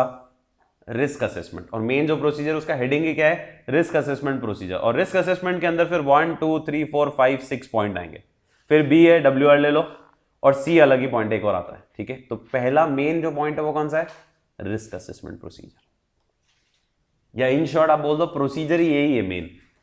मैं क्या करूंगा पता करने के लिए कि all the events up to the date of audit report जिनका एडजस्टमेंट डिस्क्लोजर करना था वो आइडेंटिफाई हो गए, मैं क्या करूं उसके लिए? पहला तरीका मैंने आपको क्या बताया था कि मैनेजमेंट ने जो प्रोसीजर लगाया है ये सब्सिक्वेंट इवेंट को आइडेंटिफाई करने के लिए, आप उसको रिव्यू कर लो, अंडरस्टैंड कर लो, रीपरफॉर्म कर लो। तो सबसे पहले क्या लिखा है? obtain the understanding of the procedure the management has established to ensure that subsequent events are identified. सबसे पहला तरीका तो ये। दूसरा क्या बोला मैंने आपको? दूसरा है मैनेजमेंट से या टीसीडब्ल्यूजे से क्या कर लो? इंक्वायरी कर लो कि क्या ऐसे कोई सब्सिक्वेंट इवेंट occur हुए हैं क्या which might affect the financial statement। और इस पे क्वेश्चन अलग से भी आ सकता है, what are the matters you will inquire, list some examples, ये इसके एग्जाम्पल्स हैं, ये मैटर आप पता करो।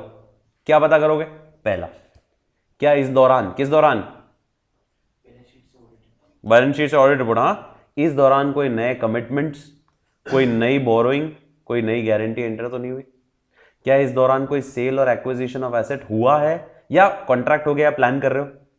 क्या इस दौरान कोई कैपिटल में बढ़ोतरी हुई, क्या कोई डेट इश्यू हुए, या मर्जर या लिक्विडेशन हुआ है या प्लान कर रहे हो? क्या इस दौरान कोई डेवलपमेंट्स हुए, किस एरिया में? रिस्क वाले एरियाज में, कंटीजेंसी वाले एरियाज में? क्या इस दौरान कोई अनयूजुअल सा अकाउंटिंग एडजस्टमेंट किया गया है या करने वाले हो, कंटेम्पलेट करने वाले हो? फिर क्या इस दौरान कोई ऐसा इवेंट हुआ है जो गोइंग कंसर्न अजम्पशन की अप्रोप्रिएटनेस पे सवाल खड़ा कर रहा हो? क्या इस दौरान कोई ऐसा इवेंट हुआ है जो एस्टिमेट्स के मेजरमेंट या प्रोविजंस के मेजरमेंट के ऊपर सवाल खड़ा कर रहा हो? क्या इस दौरान कोई ऐसा इवेंट हुआ है जो एसेट की रिकवरी वैल्यू के ऊपर सवाल खड़ा कर रहा हो? इस दौरान कुछ ऐसे इवेंट हुए कि किस दौरान क्या हुए? क्या कोई नई गारंटी, कोई नया कमिटमेंट, कोई नई बोरोइंग, क्या कोई नया कॉन्ट्रैक्ट, क्या कोई नया इश्यू ऑफ कैपिटल, क्या कोई नया issue of debt, agreement to merge, agreement to liquidate हुआ है या होने वाला है? क्या कोई डेवलपमेंट्स हुए रिस्क एरियाज और कंटिजेंसी एरिया में? क्या कोई डेवलपमेंट अनयूजुअल से अकाउंटिंग एडजस्टमेंट हुए? क्या कोई डेवलपमेंट हुए कौन से एरिया में? रिकवरेबिलिटी ऑफ एसेट के रिस्पेक्ट में, या measurement of provision, measurement of estimates के उसमें? क्या कोई इंक्रीज एक्विजिशन और सेल ऑफ एसेट हुआ है या होने वाला है? इस दौरान कुछ हुआ है क्या, ये आपको इंक्वायरी करनी किससे? मैनेजमेंट से, टीसीडब्ल्यूजी से। तो ये सेकेंड रिस्क असेसमेंट प्रोसीजर है जो आपको लगाना है। थर्ड मैंने क्या बताया था? क्या पढ़ लो? मिनट्स। कौन सी मीटिंग्स के, कौन सी तारीख के बीच की मीटिंग्स? वो हमेशा वही चलेगा, ठीक है। So read the minutes of the meeting that has been held after the date of financial statement, मतलब 31 मार्च के बाद जो हुई, and inquire about the matters discussed at such meeting for which minutes are not yet available. क्योंकि कोई last में meeting हुई हो, मान लो 1 अगस्त को, तो उसके मिनट्स अभी तक अवेलेबल नहीं होंगे, तो ये पता कर लो कि इस मीटिंग में क्या क्या डिस्कस हुआ, ठीक है। फिर एनटीटी के क्या पढ़ लो? लेटेस्ट इंटरिम, मतलब वो क्वार्टरली फाइनेंशियल स्टेटमेंट, या एंटिटी का लेटेस्ट कोई अवेलेबल बजट है, फोरकास्ट रिपोर्ट है, मैनेजमेंट रिपोर्ट जो उन तारीखों के बीच में आई, वो पढ़ लो। और एक और ऑप्शन है, आप ओरल या रिटर्न इंक्वायरी कर लो एंटिटी के लीगल काउंसलर से regarding any litigation and claim, ताकि वो कंटिजेंसी अगर शो करनी है तो वो भी शो कर सकते हैं अपन। Fine, done. ये हो गया मेन प्रोसीजर जो पूछेगा आपसे, वो ये था। बाकी तो 2 इजी है। WR लिखवा के ले लो। क्या लिखवाओगे? कि जो भी सब्सिक्वेंट इवेंट थे उन सबका तुमने क्या कर दिया है? एडजस्टमेंट या डिस्क्लोजर कर दिया है। और एक और पॉइंट है कि मैंने जो तुम्हें बताए थे, तुम भूल गए थे, मैंने बताए थे, उनको भी तुमने सही कर दिया। तो क्या लिखा है? whether events identified by the auditor as a result of procedure performed has also been adjusted or disclosed। और ये जो मैंने आपको ऊपर प्रोसीजर बताया ना, ये कब लगाने? कौन सी तारीख के आसपास?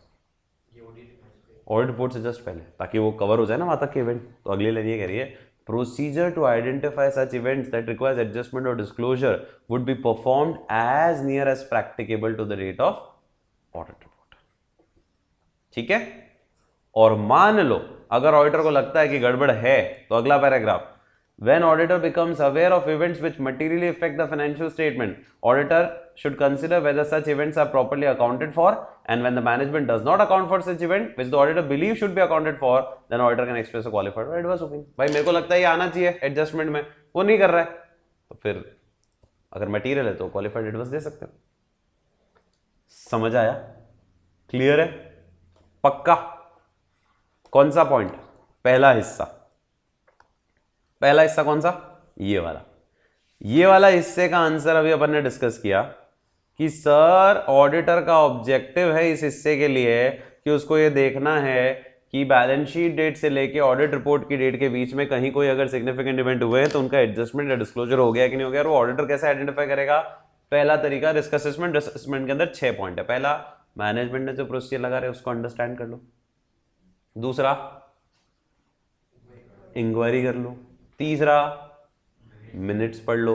चौथा, इंटरिम फाइनेंशियल स्टेटमेंट कोई आई वो पढ़ लो। पांचवा, कोई लेटेस्ट अवेलेबल बजट है, कोई कैश फ्लो फोरकास्ट है, कोई मैनेजमेंट रिपोर्ट आई है वो पढ़ लो। छठा, लीगल काउंसलर से बात कर लो। और ये बहुत इंपॉर्टेंट क्वेश्चन है, ध्यान रखना, ठीक है, एग्जाम में आ सकता है कि व्हाट आर द प्रोसीजर या risk assessment procedure which the auditor should apply in identifying कि सारे इवेंट्स एडजस्ट या डिस्क्लोज हो गए कि नहीं हो गए। और फिर उसमें 2 मिसलेनियस और है, कौन से? WR लिखवा लो और ये देख लो कि आपने जो इवेंट आइडेंटिफाई करके दिए थे उनका भी एडजस्टमेंट डिस्क्लोजर हो गया है कि नहीं हुआ। ठीक है। फिर आता है कौन सा? सेकंड हिस्सा। अब मैं सेकंड हिस्से का थोड़ा सा आपको चार्ट वापस बना के बताऊंगा, क्योंकि सेकंड हिस्से में फिर एक दिक्कत आ सकती है। ये वाला सेकंड हिस्सा था हमारा, इस हिस्से की बात करते हैं। फैक्ट पता चला। अब फैक्ट कब पता चला? सुनना, before issue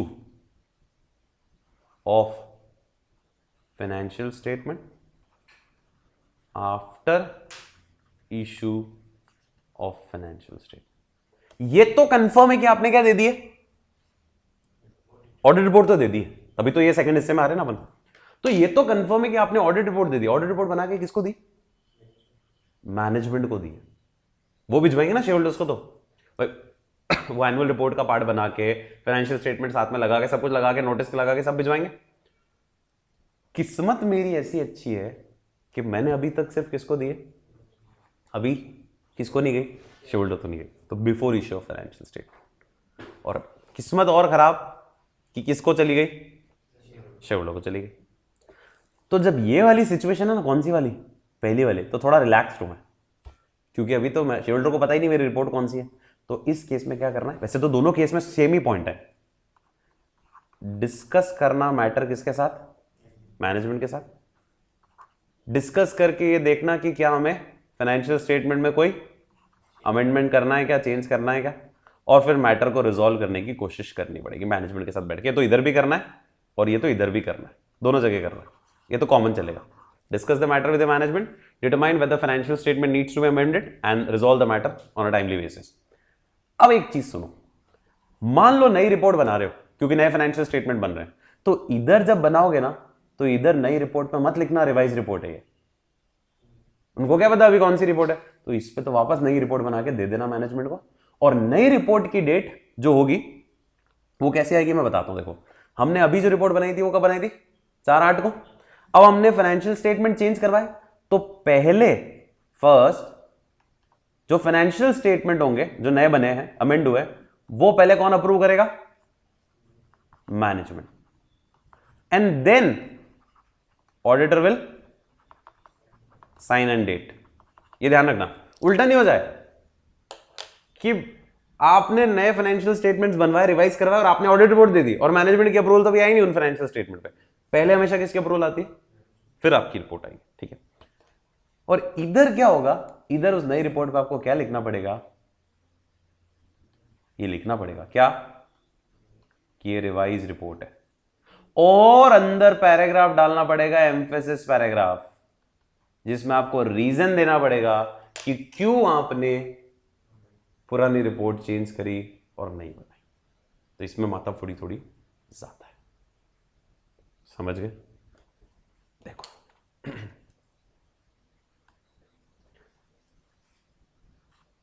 facts which become known to the auditor, एक में बिफोर द इशू, एक में आफ्टर द इशू, ठीक है। दोनों में करना कॉमन ही है, दोनों में करना क्या कॉमन है, दोनों में ये देखना है। अच्छा ये लाइन ये जो लिखी है ना, if they are of such a nature that had it been known to the auditor earlier, मैं ऑलरेडी बता चुका हूं। दोनों में करना कॉमन ही है क्या, discuss the matter with the management, determine कि कहीं फाइनेंशियल स्टेटमेंट में कोई अमेंडमेंट की जरूरत तो नहीं है, और मैटर को रिजॉल्व करने की कोशिश करनी है, ठीक है। इस वाले में आप अपनी ओपिनियन चेंज कर दोगे, जो भी करनी होगी, नई रिपोर्ट दे दोगे। देखो यहाँ पे जो लिखा है ना ये वर्ड कौन सा, मॉडिफाई द ओपिनियन अकॉर्डिंगली। वहां मॉडिफाई द ओपिनियन अकॉर्डिंगली का मतलब ये नहीं है कि आप ओपिनियन मॉडिफिकेशन कर रहे हो। मॉडिफाई मतलब पहले भी अनक्वालिफाइड थी, अभी भी अनक्वालिफाइड रह सकती है, ठीक है, बट कंटेंट चेंज हो गया, ठीक है। तो मॉडिफाई द ओपिनियन का मतलब ये नहीं मानना कि आप नई रिपोर्ट दे रहे हो, आप ये इसकी जगह ये लिख लो नई रिपोर्ट इशू कर देंगे, ठीक है, नई रिपोर्ट इशू कर देंगे, और उस पर नहीं लिखेंगे रिवाइज रिपोर्ट है, क्योंकि ये लोग क्या गलत आप गलत नहीं समझ जाओ। मॉडिफाई ओपिनियन मतलब पहले वाली ओपिनियन चेंज कर देंगे, ओपिनियन तो सेम भी हो सकती है, बट फाइनेंशियल स्टेटमेंट चेंज हुए तो उसकी वजह से मुझे रिपोर्ट भी चेंज करनी पड़ी। और फिर नई ऑडिट रिपोर्ट पे डेट कौन सी नहीं होगी, it shall not be dated earlier than the date of approval of amended financial statement, ठीक है। पहले मैनेजमेंट अप्रूव करेगा नए वाले, फिर मैं साइन करूंगा। और इधर आ जाओ इस वाले हिस्से पे, तो इधर क्या लिखा है, auditor can include emphasis of matter और अदर मैटर पैराग्राफ, जिसमें उसको एक नोट लिखना पड़ेगा जिसमें एक्सटेंसिवली, ठीक है, एक्सटेंसिवली डिस्कस करना, एक्सटेंसिवली मतलब डिटेल में डिस्कस करना पड़ेगा reason for the amendment of the previously issued financial statement and to the earlier report provided by the auditor. यहां आपको डिटेल डिस्कशन करना पड़ेगा उसका। डन, समझ में आ गया, कंफर्टेबल, ओके। अब एक कॉन्सेप्ट और है जो आपको यहां दिख रहा होगा, किसका, ड्यूल डेटिंग का। मैं उस पर भी आ जाता हूं। एक वर्ड दिख रहा होगा ड्यूल डेट, ठीक है, डे तारीख वाला डेट है ना, कुछ नहीं होना। ड्यूल डेटिंग का कॉन्सेप्ट है वही दो को डेट करना है, दो डेट डालनी है, सॉरी। ड्यूल डेटिंग का कॉन्सेप्ट समझना, मैंने आपको जो ऊपर एग्जाम्पल दिया था इसमें मैंने बोला था मैंने अपनी रिपोर्ट कब बना दी, 4/8/21 को। मैंने सब काम कर लिया था 4/8/21 को, ठीक है, 4/8/21 को मैंने सारा काम कर लिया था, लेकिन बाद में फैक्ट नजर आया और मुझे नई रिपोर्ट देनी पड़ी। अब वो नई रिपोर्ट जो मैं दे रहा हूँ, मैं दे रहा हूँ मान लो 25 सितंबर को, तो शेयर होल्डर्स जो होंगे वो नाराज भी हो सकते हैं, इतना लेट काम करता है याद। या फिर मान लो कौन सा केस है, before issue of financial statement, share holder को पता ही नहीं पुरानी रिपोर्ट, भाई ये पता होता कि पुरानी रिपोर्ट है और फिर नई रिपोर्ट है, उनको समझ में आता कुछ नया फैक्ट आया, पर उनको पता ही नहीं है कि पुरानी रिपोर्ट भी कोई है। तो उस केस में क्या होगा, तो उस केस में उनको लगेगा नालायक ऑडिट इतना लेट ऑडिट रिपोर्ट इशू करता है, जबकि मैंने अपना सारा काम कब कंप्लीट कर लिया था, 4/8 को, एक्सेप्ट फॉर वन मैटर जो लेट आया। तो एक ऑप्शन आपके पास है, नई रिपोर्ट जब दोगे ना तो उसमें ये भी कर सकते हो ड्यूल डेटिंग। कैसे? 4/8/21 एक्सेप्ट फॉर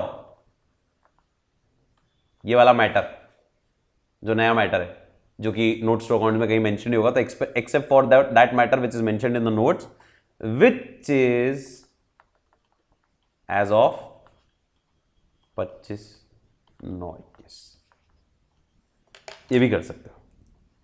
पर ये में फिर आपको ये देखना है कि उनको पता ही नहीं है तो जानबूझ के क्यों बता रहे हैं उनको, ठीक है, तो वो आपको डिसाइड करना है। पर ऑप्शन है कि आप ड्यूल डेट भी डाल सकते हो, एक ऑडिट रिपोर्ट में 2 डेट्स भी आ सकती है, ठीक है, that is known as dual dating. Last paragraph क्या बोलता है, ये देखो, auditor amend the audit report to include an additional date, वो एडिशनल डेट सिर्फ रिस्ट्रिक्टेड होगी to that amendment only. For example पुरानी date except as to note number something which is as of नई वाली डेट, ठीक है, जो मैंने आपको पीछे एग्जाम्पल दिया। आ गया समझ में? श्योर, पक्का, क्लियर है, कोई डाउट नहीं? तो 560 मतलब आप लोगों के लिए बिल्कुल क्लियर है, बिना किसी दिक्कत के, बिना किसी प्रॉब्लम के, ठीक है। 560 क्या कहता है, वापस बोल रहा हूं, पूरा सुनना और फिर केस बता दूंगा, फिर अगर कुछ कॉपी करना है उन चार्ट में से मैं तो आपको टाइम दे दूंगा, ठीक है। सब्सिक्वेंट इवेंट मतलब बैलेंस शीट डेट से लेके और ऑडिट रिपोर्ट डेट के बीच में जो इवेंट हुए हैं, and the facts which become known to the auditor after the date of audit report, और साथ में लिख देना had it been those fact known earlier which would have caused the auditor to change the amend the financial statement और audit report और both. पहला हिस्सा audit procedure, risk assessment procedure, understanding of the management procedure, inquiry, minutes, latest financial statement, latest budget, cash flow forecast and counsellor से बात कर लो, risk WR ले लो और ये देख लो कि मैंने जो इवेंट आइडेंटिफाई करे थे उन्होंने वो भी एडजस्ट कर लिया। सेकंड हिस्सा बाद में मिले, पहले मतलब दोनों में कॉमन है, discuss the matter with the management, determine whether financial statement needs amendment and inquire how to resolve the matter. And then पहला हिस्सा है तो कोई दिक्कत नहीं, दूसरे हिस्से में रिवाइज रिपोर्ट बना के उसमें लिखना पड़ेगा आपको एम्फेसिस पैराग्राफ डाल के कि मैंने क्यों रिवाइज किया, ठीक है। और ड्यूल डेटिंग का कॉन्सेप्ट, सारे क्वेश्चन इन्हीं चीजों पे पूछेंगे, इससे बाहर कुछ नहीं आएगा। देखो क्वेश्चन देखो, एक आग लगी 15 मई को 2015 को, जिसमें 50 लाख का माल जो पड़ा था इन्वेंट्री के अंदर वो डिस्ट्रॉय हो गया। फाइनेंशियल स्टेटमेंट अभी तक अडेप्ट नहीं हुए, मैनेजमेंट आर्ग्यू कर रहा है कि चूंकि लॉस अगले साल हुआ है तो कोई प्रोविजन बनाने की जरूरत नहीं पिछले साल वाले में, तो भाई ये तो सीधा ही केस है, ठीक है। आगे बढ़ो, इसमें एएस का भी रेफरेंस डाल सकते हैं हम लोग, प्रोविजंस का, subsequent events occurring after the balance sheet date का।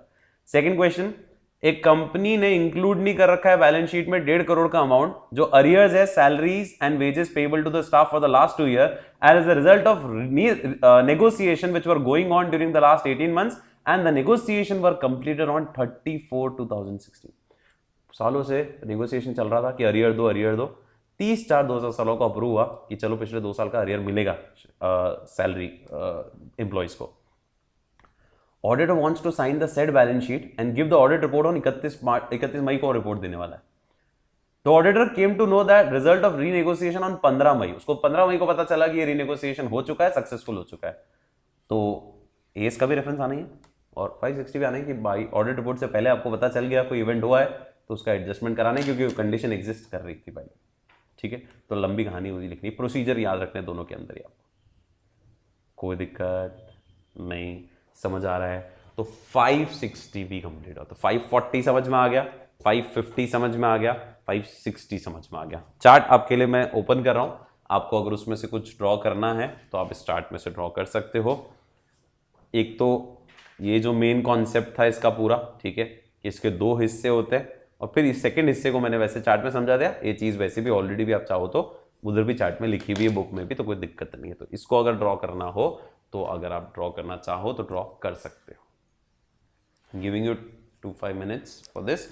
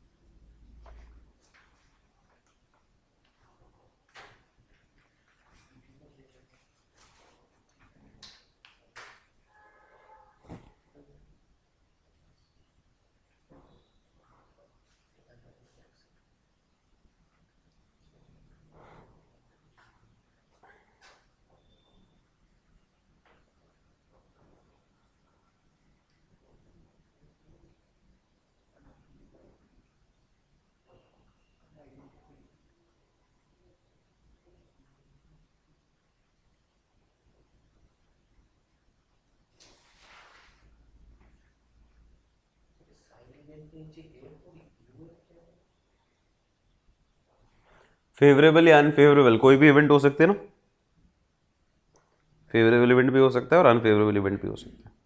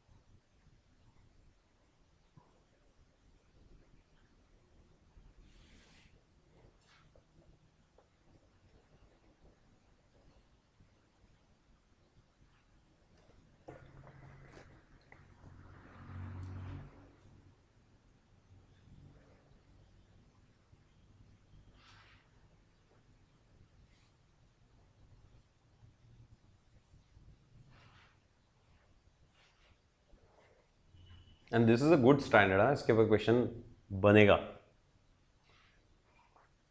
चाहे तो नेक्स्ट अटेम्प्ट में या उसके अगले अटेम्प्ट में।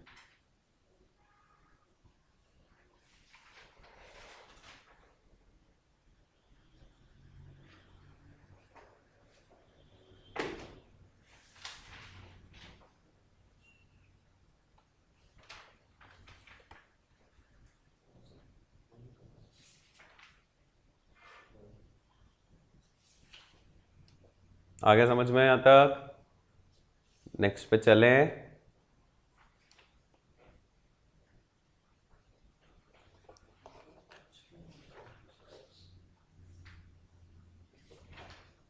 चलो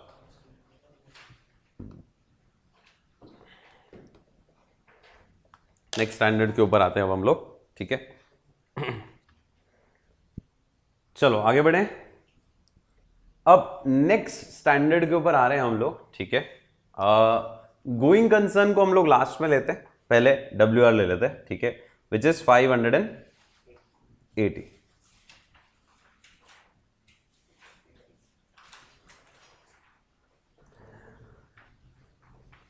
अब रिटर्न रिप्रेजेंटेशन का जो ये स्टैंडर्ड है उस पर बात करते हैं। गोइंग कंसर्न हम लोग इसके बाद डिस्कस करेंगे, बाद में डिस्कस करेंगे।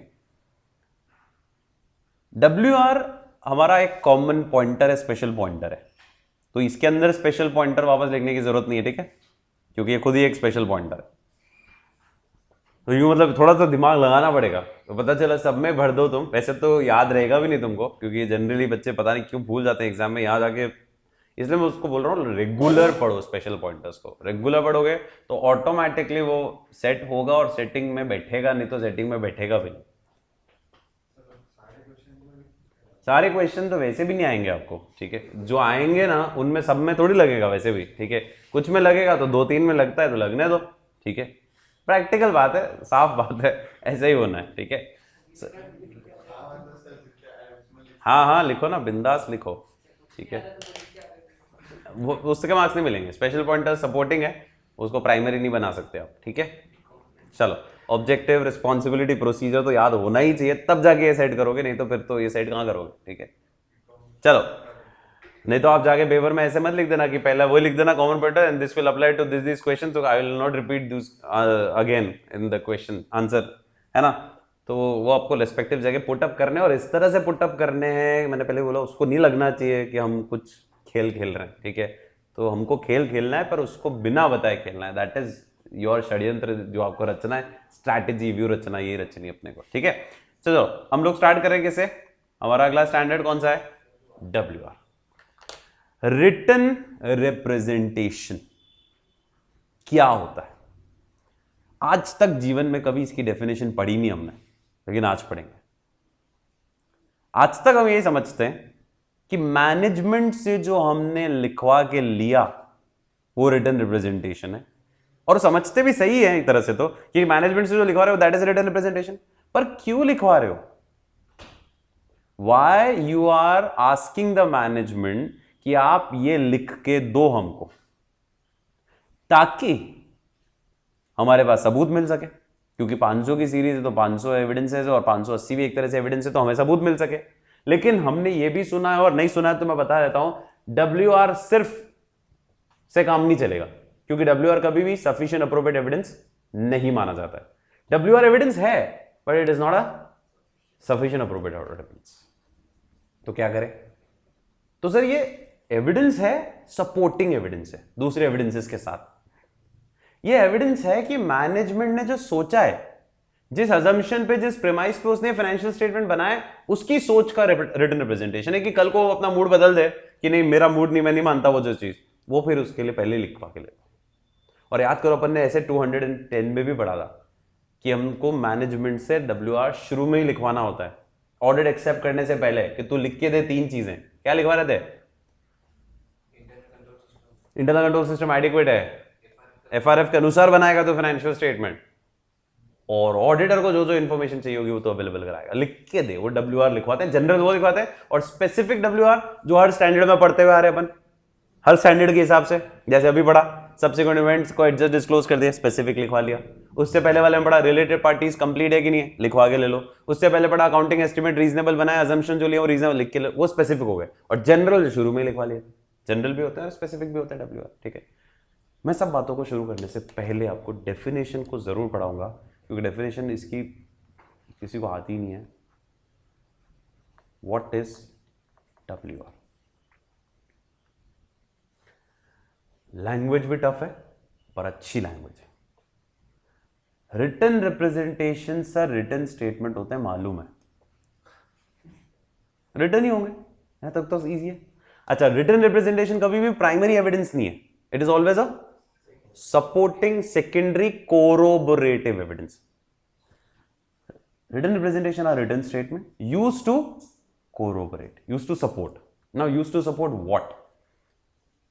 Number one, used to support the validity of the premises relating to management's responsibility on which audit is conducted. And number two, used to corroborate other audit evidences obtained with regard to specific assertion in the financial statement. अब मैं आपको इसको थोड़ा समझाने की कोशिश कर रहा हूं, ध्यान से सुनना। लैंग्वेज को देखते रहना और ध्यान से सुनना, बुक में देखते रहो और ध्यान से सुनो। रिटन रिप्रेजेंटेशंस क्या है सर? रिटन स्टेटमेंट है और ये हमेशा कोरोबोरेट ही करेंगे, प्राइमरी कभी नहीं माने जा सकते। तो they are used to corroborate. Now used to corroborate what? पहला point, the validity of the premises. देखो, प्रीमाइसेस के दो मतलब होते हैं। एक प्रीमाइसेस का मतलब क्या होता है? जगह। और एक प्रीमाइस का मतलब होता है अजम्पशन, कि मैंने इस प्रीमाइस पे काम किया है। कोई याद हो तो स्ट्रैटेजिक मैनेजमेंट के अंदर एक प्रीमाइस कंट्रोल आता था। स्ट्रैटेजिक कंट्रोल, प्रीमाइस कंट्रोल मतलब जो अजम्पशन लिए हैं वो रिलेवेंट है कि नहीं है सिचुएशन के हिसाब से। Premise means assumption. तो लैंग्वेज पे ध्यान दो। मैंने अभी आपको क्या बोला? मैनेजमेंट का जो मूड है, मैनेजमेंट ने जो अजम्पशन लिए हैं कि भाई मैनेजमेंट ने अपनी रिस्पॉन्सिबिलिटी अज्यूम करते हुए निभाई है, वो मुझे लिख के दो। तुम कल को तुम्हारा मूड बदल जाए, तुम बोले नहीं हमने कुछ और लेके किया था, और मेरी तो ऑडिट पूरी इफेक्ट हो जाएगी ना, क्योंकि मैं ऑडिट ही किसकी कर रहा हूं? इनडायरेक्टली मैनेजमेंट ने जो रिस्पॉन्सिबिलिटी पूरी करी कि नहीं करी अपनी ढंग से, मैं उसी की तो ऑडिट कर रहा हूं। मैनेजमेंट ने जिस आधार पे अपनी रिस्पॉन्सिबिलिटी पूरी करी है, वो अगर वो पहले से मुझे लिख के दे दे कि मैंने इन प्रेमाइसेस के बेसिस पे अपनी रिस्पॉन्सिबिलिटी पूरी करी है और जिस पे आपने ऑडिट करी है, मेरे को वो लिख के दे दो पहले से, ताकि कल को तुम मुकर ना जाओ, कल को तुम ये ना कह दो कि नहीं हमने ये नहीं कहा था। सो पहला रिटन रिप्रेजेंटेशन क्या है? रिटन स्टेटमेंट है, used to corroborate what? The validity of the premises relating to management responsibility on which the audit is conducted. And second तो बहुत सिंपल है, सेकंड इजी है भाई। रिटन स्टेटमेंट है, used to corroborate what? Used to corroborate other audit evidences. भाई दूसरे जो मैंने इकट्ठे कर लिए उसके लिए सपोर्ट के लिए चाहिए मुझे, ठीक है। तो it is used to corroborate other audit evidences which are obtained by the auditor with regard to specific assertion in the financial statements. कोई दिक्कत नहीं। Written representation in this context do not include, WR में ये नहीं include होते हैं क्या? Financial statement, assertions और सपोर्टिंग बुक्स एंड रिकॉर्ड। हम ये लिखवाएंगे कि FRF के अनुसार बनाया है तुमने, पर हम ये नहीं लिखाएंगे कि तुमने बनाया, वो तो तुम्हें ही बनाना है। वो WR लिखवाने की भी जरूरत नहीं है, क्योंकि वो तो किसी भी दुनिया के एंगल से कोर्ट में भी ले जाओ, बोले इन्होंने मेरे को लिखवा के कहां लिया कि मेरे को बनाने, भाई वो तो तुझे ही बनाने थे, वो लिखवा के क्या ले नहीं ले तो भी तेरे को ही बनाए। लेजर्स, ट्रायल बैलेंस, असर्शन जो उसमें डाले हैं, जो फाइनेंशियल, वो तो तेरे को ही बनाने। FRF के अनुसार तूने बनाया, वो लिख के दे रहा है, वो ठीक है। बाकी ये चीजें WR में इंक्लूड नहीं होती। क्या चीजें? फाइनेंशियल स्टेटमेंट्स, ये आपके उसमें डाल लेना आप वर्किंग पेपर्स में, ठीक है, पर ये these are not the things which should be included in the WR, ठीक। अब मैं आपको इसका ऑब्जेक्टिव समझा देता हूं। चलो, तो WR समझ में आया ना, मीनिंग समझ में आया आप लोग को, ठीक है, और इसके स्कोप में क्या नहीं आ रहा है वो भी समझ में आ गया, है ना। अब मैं आपको इसका ये पार्ट जो समझा रहा हूं सेकंड वाला, उसको देखो। इस स्टैंडर्ड का ऑडिटर का ऑब्जेक्टिव है, मीनिंग बोलो वापस एक बार। रिटन रिप्रेजेंटेशन आर, मैं लिख देता हूं यहां पे, they are written statement used to corroborate two things. One, the validity of the management premises relating to management responsibility on which audit is conducted, and second to corroborate other audit evidences which are already obtained with regard to specific assertion in the financial statements. ठीक है, now objective simple है, देखो इधर chart में देखो, पहला सबसे पहला ऑब्जेक्टिव है स्टैंडर्ड का कि ऑडिटर को क्या इकट्ठा करना है, WR, चाहे तो जनरल चाहे स्पेसिफिक। जनरल तो शुरू में ले लेंगे, स्पेसिफिक स्टैंडर्ड के हिसाब से लेना। अच्छा किससे लेना है WR, कौन सा, मैनेजमेंट बहुत सारा है, जिसके पास रिस्पॉन्सिबिलिटी हो उस फाइनेंशियल मैटर को, CEO CFO उससे ले लेना। ठीक है, चपड़ा से मत लिखवा के लेना, लिख के देने सही बनाया। ठीक है, तो इंपॉर्टेंट है। सेकंड इज ये जो WR आपने लिए ये काहे के लिए लिए, to support other audit evidences. ठीक है, अदर डॉक्यूमेंट्स को सपोर्ट करने के लिए। और जो सबसे इंपॉर्टेंट पॉइंट है वो तीसरा है, सुनना, आपको रिस्पॉन्ड करना है कब, व्हेन WR मांगा और मिला, और व्हेन WR मांगा और नहीं मिला। दोनों सिचुएशन है। एक में मांगा दिया तो क्या रिस्पॉन्स करना है, तो भी रिस्पॉन्स करना है, मैं बताता हूं क्या करना है। और मांगा और नहीं दिया तो रिस्पॉन्ड करना है। मांगा WR, 1 और मोर WRs मांगे मैंने और उन्होंने दिया, ये देख लेना जो लिखा है ना उसमें WR में, और आपके पास जो दूसरे एविडेंसेस है वो कॉन्ट्राडिक्ट तो नहीं कर रहे हैं। क्योंकि एक WR अगर कॉन्ट्राडिक्ट कर गया तो मुझे रीइवैल्यूएट करने पड़ेंगे बाकी WR जो उसने दी, क्योंकि एक जगह झूठ बोल रहा है तो बाकी भी झूठ बोल सकता है। तो इधर रिस्पॉन्स तो ये है, और इधर शानदार रिस्पॉन्स होगा। किधर WR मांगा और कुछ दिए और कुछ नहीं दिए, तो इधर का आंसर बिल्कुल स्पेसिफिक लैंग्वेज के साथ याद करना है कि मुझे मैटर डिस्कस करना है मैनेजमेंट के साथ, उसका इंपैक्ट देखना है, वो लैंग्वेज के साथ अपन याद करेंगे, पर ये इंपॉर्टेंट है। ठीक है, तो देखो पहला हिस्सा, फर्स्ट पार्ट, इसके अंदर जो डिस्कस करना है अपने को वो क्या है। ठीक है, तो फर्स्ट पार्ट जो हम लोग डिस्कस कर रहे हैं इसके अंदर वो क्या है कि ऑडिटर का ऑब्जेक्टिव इस पार्ट पे क्या होगा, किस पार्ट पे क्या होगा, द फर्स्ट पोर्शन जो है इसका, उसके ऊपर डिस्कशन कर रहे हैं। तो यहां पर अपन को ये देखना है क्या कि जो भी हम WR लेंगे उसके लिए भी रिस्पॉन्स करना है, और जो भी WR मान लो नहीं आता है आपके पास तो उसके लिए भी क्या रिस्पॉन्स करना है, वो दो चीज अपने को देखनी है। तो लैंग्वेज पे आ जाते हैं। देखो सबसे पहले ऑडिटर का ऑब्जेक्टिव क्या है, क्या लिखा है, you have to obtain general and specific WR from management, और कौन से मैनेजमेंट से लेना है, हैविंग, जिसके पास रिस्पॉन्सिबिलिटी ऑफ फाइनेंशियल स्टेटमेंट की और जिसके पास knowledge of matter concern. Clear ये वाला पॉइंट। सेकंड क्या लिखा है, दूसरा ऑब्जेक्टिव, ये WR क्या काम करेगा, to support other audit evidences relevant to the financial statement or assertions, and तीसरा you have to respond appropriately on receipt or non receipt of WR। अब रिसीट पे क्या रिस्पॉन्स करना है, नॉन रिसीट पे क्या रिस्पॉन्स करना है, वो दोनों देखेंगे। एक बार तो ये पॉइंट बिल्कुल फालतू है, कौन सा, ऑडिटर जनरल WR क्या लिखवाता है मैनेजमेंट से, जनरल कौन से लिखवाता है, 3 बताए थे, कंट्रोल्स FRF के अनुसार बना रहे हो और ऑडिटर को सारी इंफॉर्मेशन दोगे। सेकेंड, अब WR जब आया तब क्या करना है, ऑडिटर शुड, क्या बोला था, आता है तो भी एक बार आपको देखनी है कि वो रिलायबल है कि नहीं है। तो auditor should evaluate the reliability of WR, and in case of doubt you should reconsider the reliability of other WRs also and then take appropriate action. अगर आपको एक WR पे भी रिलायबिलिटी पे शक है तो you have to reconsider other WRs and then you have to take appropriate action. अगला point, form of WR। Form of WR is कैसे भेजना है, कौन बनाएगा WR, मैनेजमेंट बनाएगा। उसका लेटर हेड किसका होगा, उसी का होगा। साइन सील किसके होंगे, उसी के होंगे, वही लिखा है। A management representation letter should be address to the auditor, auditor को एड्रेस होगा। ठीक है, containing relevant information appropriately dated and sign. A management representation letter should ordinarily be signed by members of the management who have the primary responsibility for the entity, MD, finance director, CFO, ये लोग sign करके देंगे।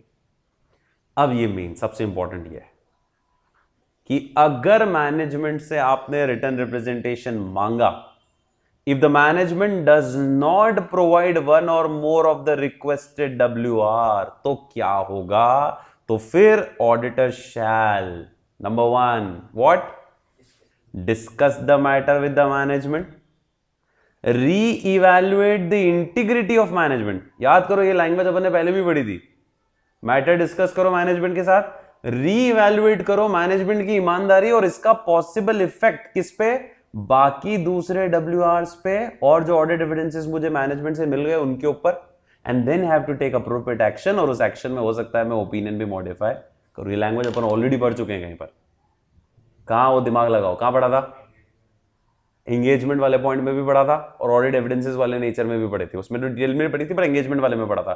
तो language same है। अगर आपके ऊपर limitation है, आपको WR दे ही नहीं रहा है वो, ठीक है, तो आपको क्या करना है, मैटर डिस्कस करना है मैनेजमेंट के साथ। You have to reevaluate management की ईमानदारी कि भाई ये नहीं दे रहा है, इसका मतलब ये ईमानदार नहीं है, और इसका पॉसिबल इफेक्ट किसके ऊपर, बाकी जो WRs ने दे दी और बाकी एविडेंस दे दी उसके ऊपर, and then you have to take appropriate action. और उसमें हो सकता है मॉडिफाई भी करने पड़े आपको opinion.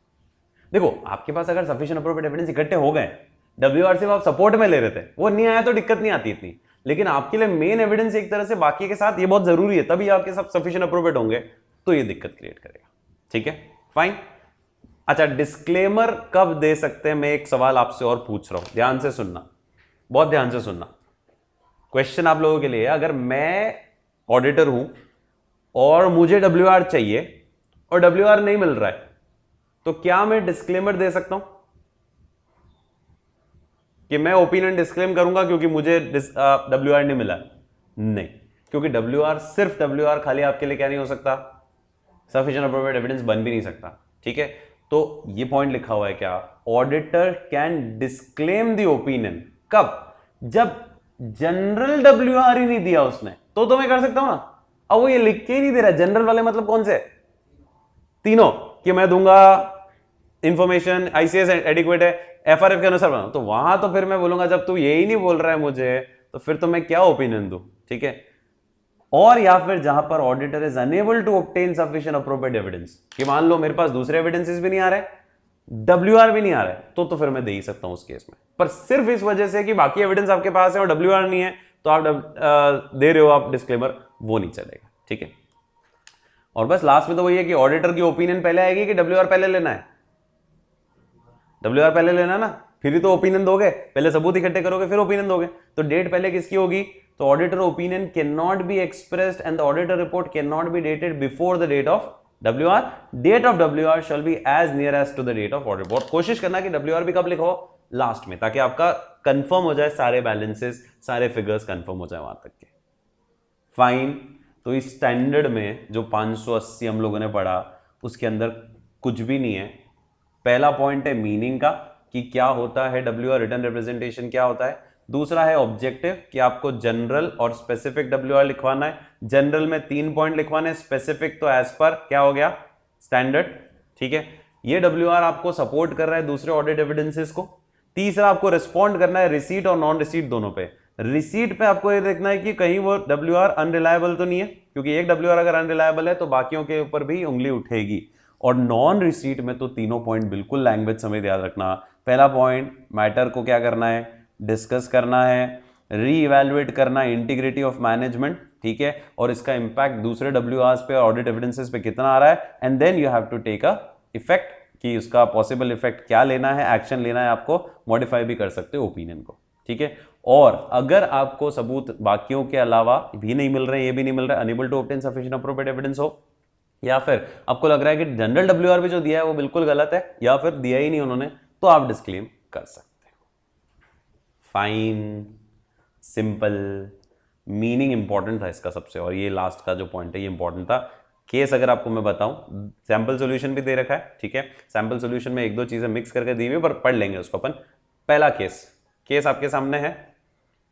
Case, in the course of audit of K limited, auditor जो है N, उसने ऑब्जर्व किया कि there was a special audit conducted at the instance of the management on the possible suspicion of fraud and requested for a copy of the report to enable him to report on the fraud aspect.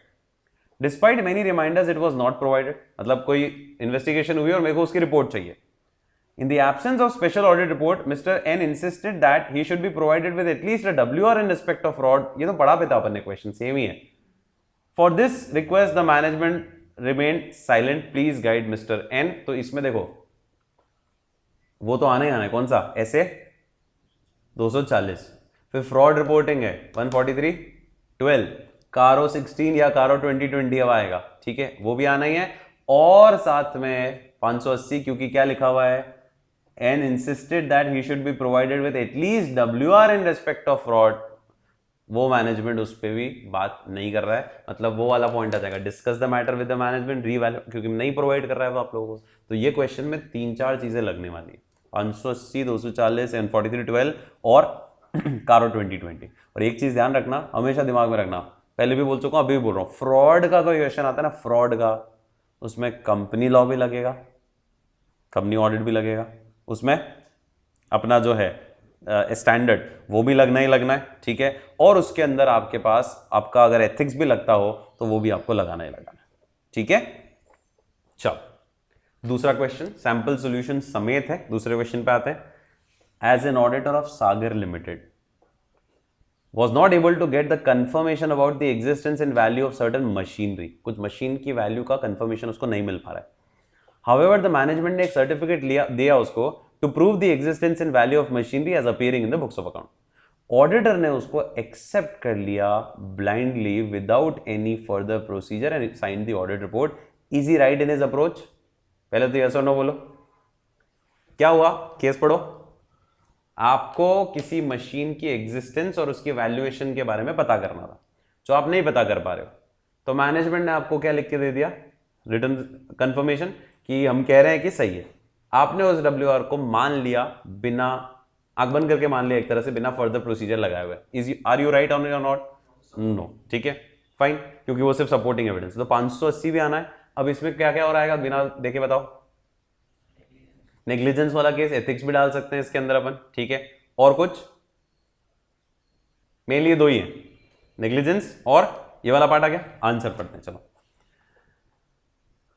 Answer का तरीका देख लो। Sample solution, the physical verification of fixed asset is the primary responsibility of manager.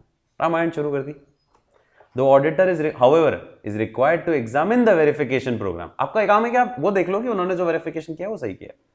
He must satisfy himself as to the existence, ownership and valuation of fixed assets.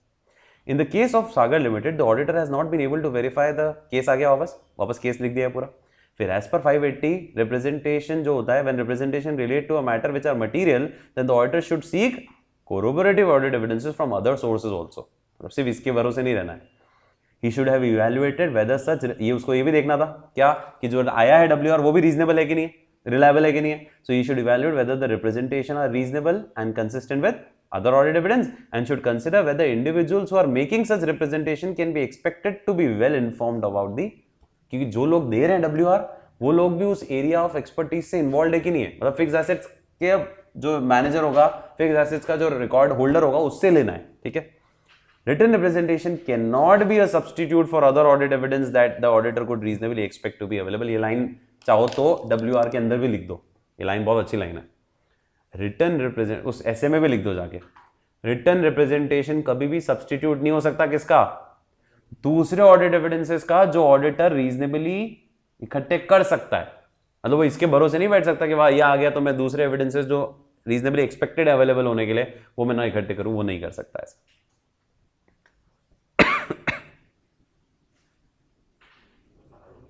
कारो भी आएगा, बिल्कुल आएगा, मैं अभी बोलने वाला था, कारो भी इसमें ऐड हो जाएगा, ठीक है, कारो 2020 भी ऐड हो जाएगा इसके अंदर। अब देखो क्या लिखा है लास्ट पैराग्राफ, अगर auditor is unable to obtain evidence, जो उसको लगता है believes would be available regarding a matter which has any adverse material effect on the financial statement, then this will constitute a limitation on the scope of his examination even if he has obtained representation from manager। ये last paragraph भी बहुत अच्छा line है, इसको भी आप चाहो तो 580 में कॉपी कर सकते हो। therefore the approach adopted by the auditor is not right। ये वाली लास्ट पैराग्राफ वाली लाइन, ये भी वापस कॉपी करना है तो कॉपी कर लो उसमें जाके, क्योंकि बहुत सिंपल लाइन है, लिखा बहुत सिंपल है।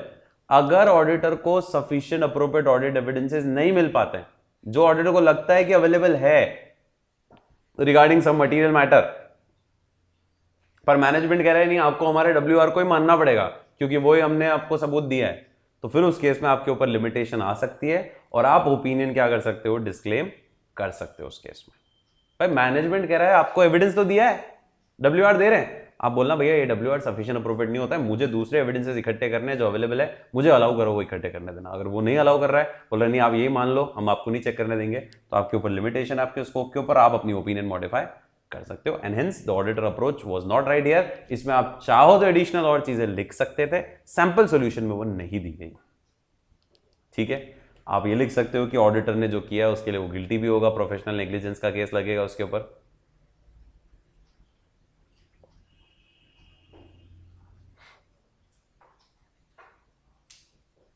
ठीक है, फाइन, समझ आ गया। तो अभी अपन ने कौन से स्टैंडर्ड एक बार पढ़ लिए, उसको वापस एक बार रिव्यू मार लेते हैं।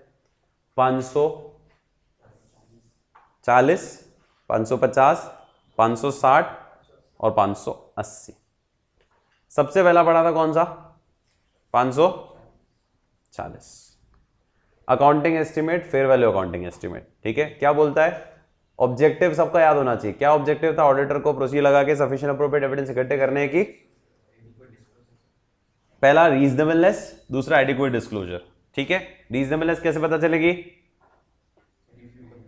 रिव्यू करो, इंडिपेंडेंट कंपैरिजन करा सकते हो, सब्सिक्वेंट इवेंट चेक कर सकते हो, और FRF के अनुसार है कि नहीं है। और प्रोसीजरल पार्ट अपन ने वो रिस्क बेस्ड अपन ने अलग ही तरीके से याद किया, उसको वैसे याद करना है। ठीक है, कि मैनेजमेंट में एस्टिमेट आइडेंटिफाई कैसे किया, नीड है कि नहीं है, और कैसे बनाया। दूसरा टॉपिक अपन ने जो पढ़ा था आज वो था ऐसे 550 में क्या पढ़ा था? Related parties. रिलेटेड पार्टी का ऑब्जेक्टिव आइडेंटिफाई हो गई है और डिस्क्लोजर है। कैसे पता चलेगा कि सारी आइडेंटिफाई हो गई? फास्ट ईयर के working papers, management, director, KMP, control से इंक्वायर करो और रिकॉर्ड्स और डॉक्यूमेंट चेक करो। एडिशनल रिस्पॉन्सिबिलिटी क्या थी? सबसे पहला अंडरस्टैंडिंग लो, फ्रॉड रिस्क फैक्टर देखो, प्रोफेशनल स्केप्टिसिज्म जगाओ, रिस्पॉन्ड करो, और ये देख लो कि FRF और स्टैट्यूटरी कंप्लायंस है कि नहीं। और बाकी स्पेशल पॉइंटर्स थी सारे, वो स्पेशल पॉइंटर्स मैं बोल ही रहा हूं। तीसरा जो स्टैंडर्ड पढ़ा अभी अपन ने, significant event, subsequent event, balance sheet date से लेके ऑडिट रिपोर्ट के बीच, और after the date of financial statement, after the date of audit report also. इस हिस्से के लिए क्या देखना था? रिस्क असेसमेंट प्रोसीजर के अंदर सबसे पहला मैनेजमेंट जो लगा है उसकी अंडरस्टैंडिंग ले लो, इंक्वायरी कर लो, मिनट्स पढ़ लो, interim financial statements, cash flow forecast और बजट्स और रिपोर्ट्स। ठीक है, काउंसलर से बात करनी, ओके, WR और ये सब लिखाना। दूसरे हिस्से में देखना है कि बिफोर इश्यू है कि आफ्टर इश्यू है। बिफोर इश्यू है तो टेंशन कम, आफ्टर इश्यू तो रिवाइज रिपोर्ट में आपको एम्फेसिस ऑफ मैटर पैराग्राफ डालना पड़ेगा, और उसमें करने 3 पॉइंट ये: discuss the matter with the management, determine whether financial statement needs amendment, and then how to resolve the matter. And the last जो अभी डिस्कस किया लेटेस्ट अपन ने, कौन सा? 580, उसके अंदर क्या क्या डिस्कशन किया? 580 के अंदर सबसे पहला पॉइंट अपन ने पढ़ा मीनिंग याद होना चाहिए। रिटन स्टेटमेंट से to corroborate the validity of the management premises relating to management responsibility on which the audit is conducted, and second is to corroborate other audit evidences obtained with regard to specific assertion in the financial statements. ठीक है, and second is the objective, you have to obtain WR general and specific to support other audit evidences, and you have to respond appropriately जब WR आता है और नहीं आता है। समझ आया? ठीक है, सो ये यहां तक हम लोगों ने कंप्लीट कर लिया है। क्लियर है सब लोगों को? चलो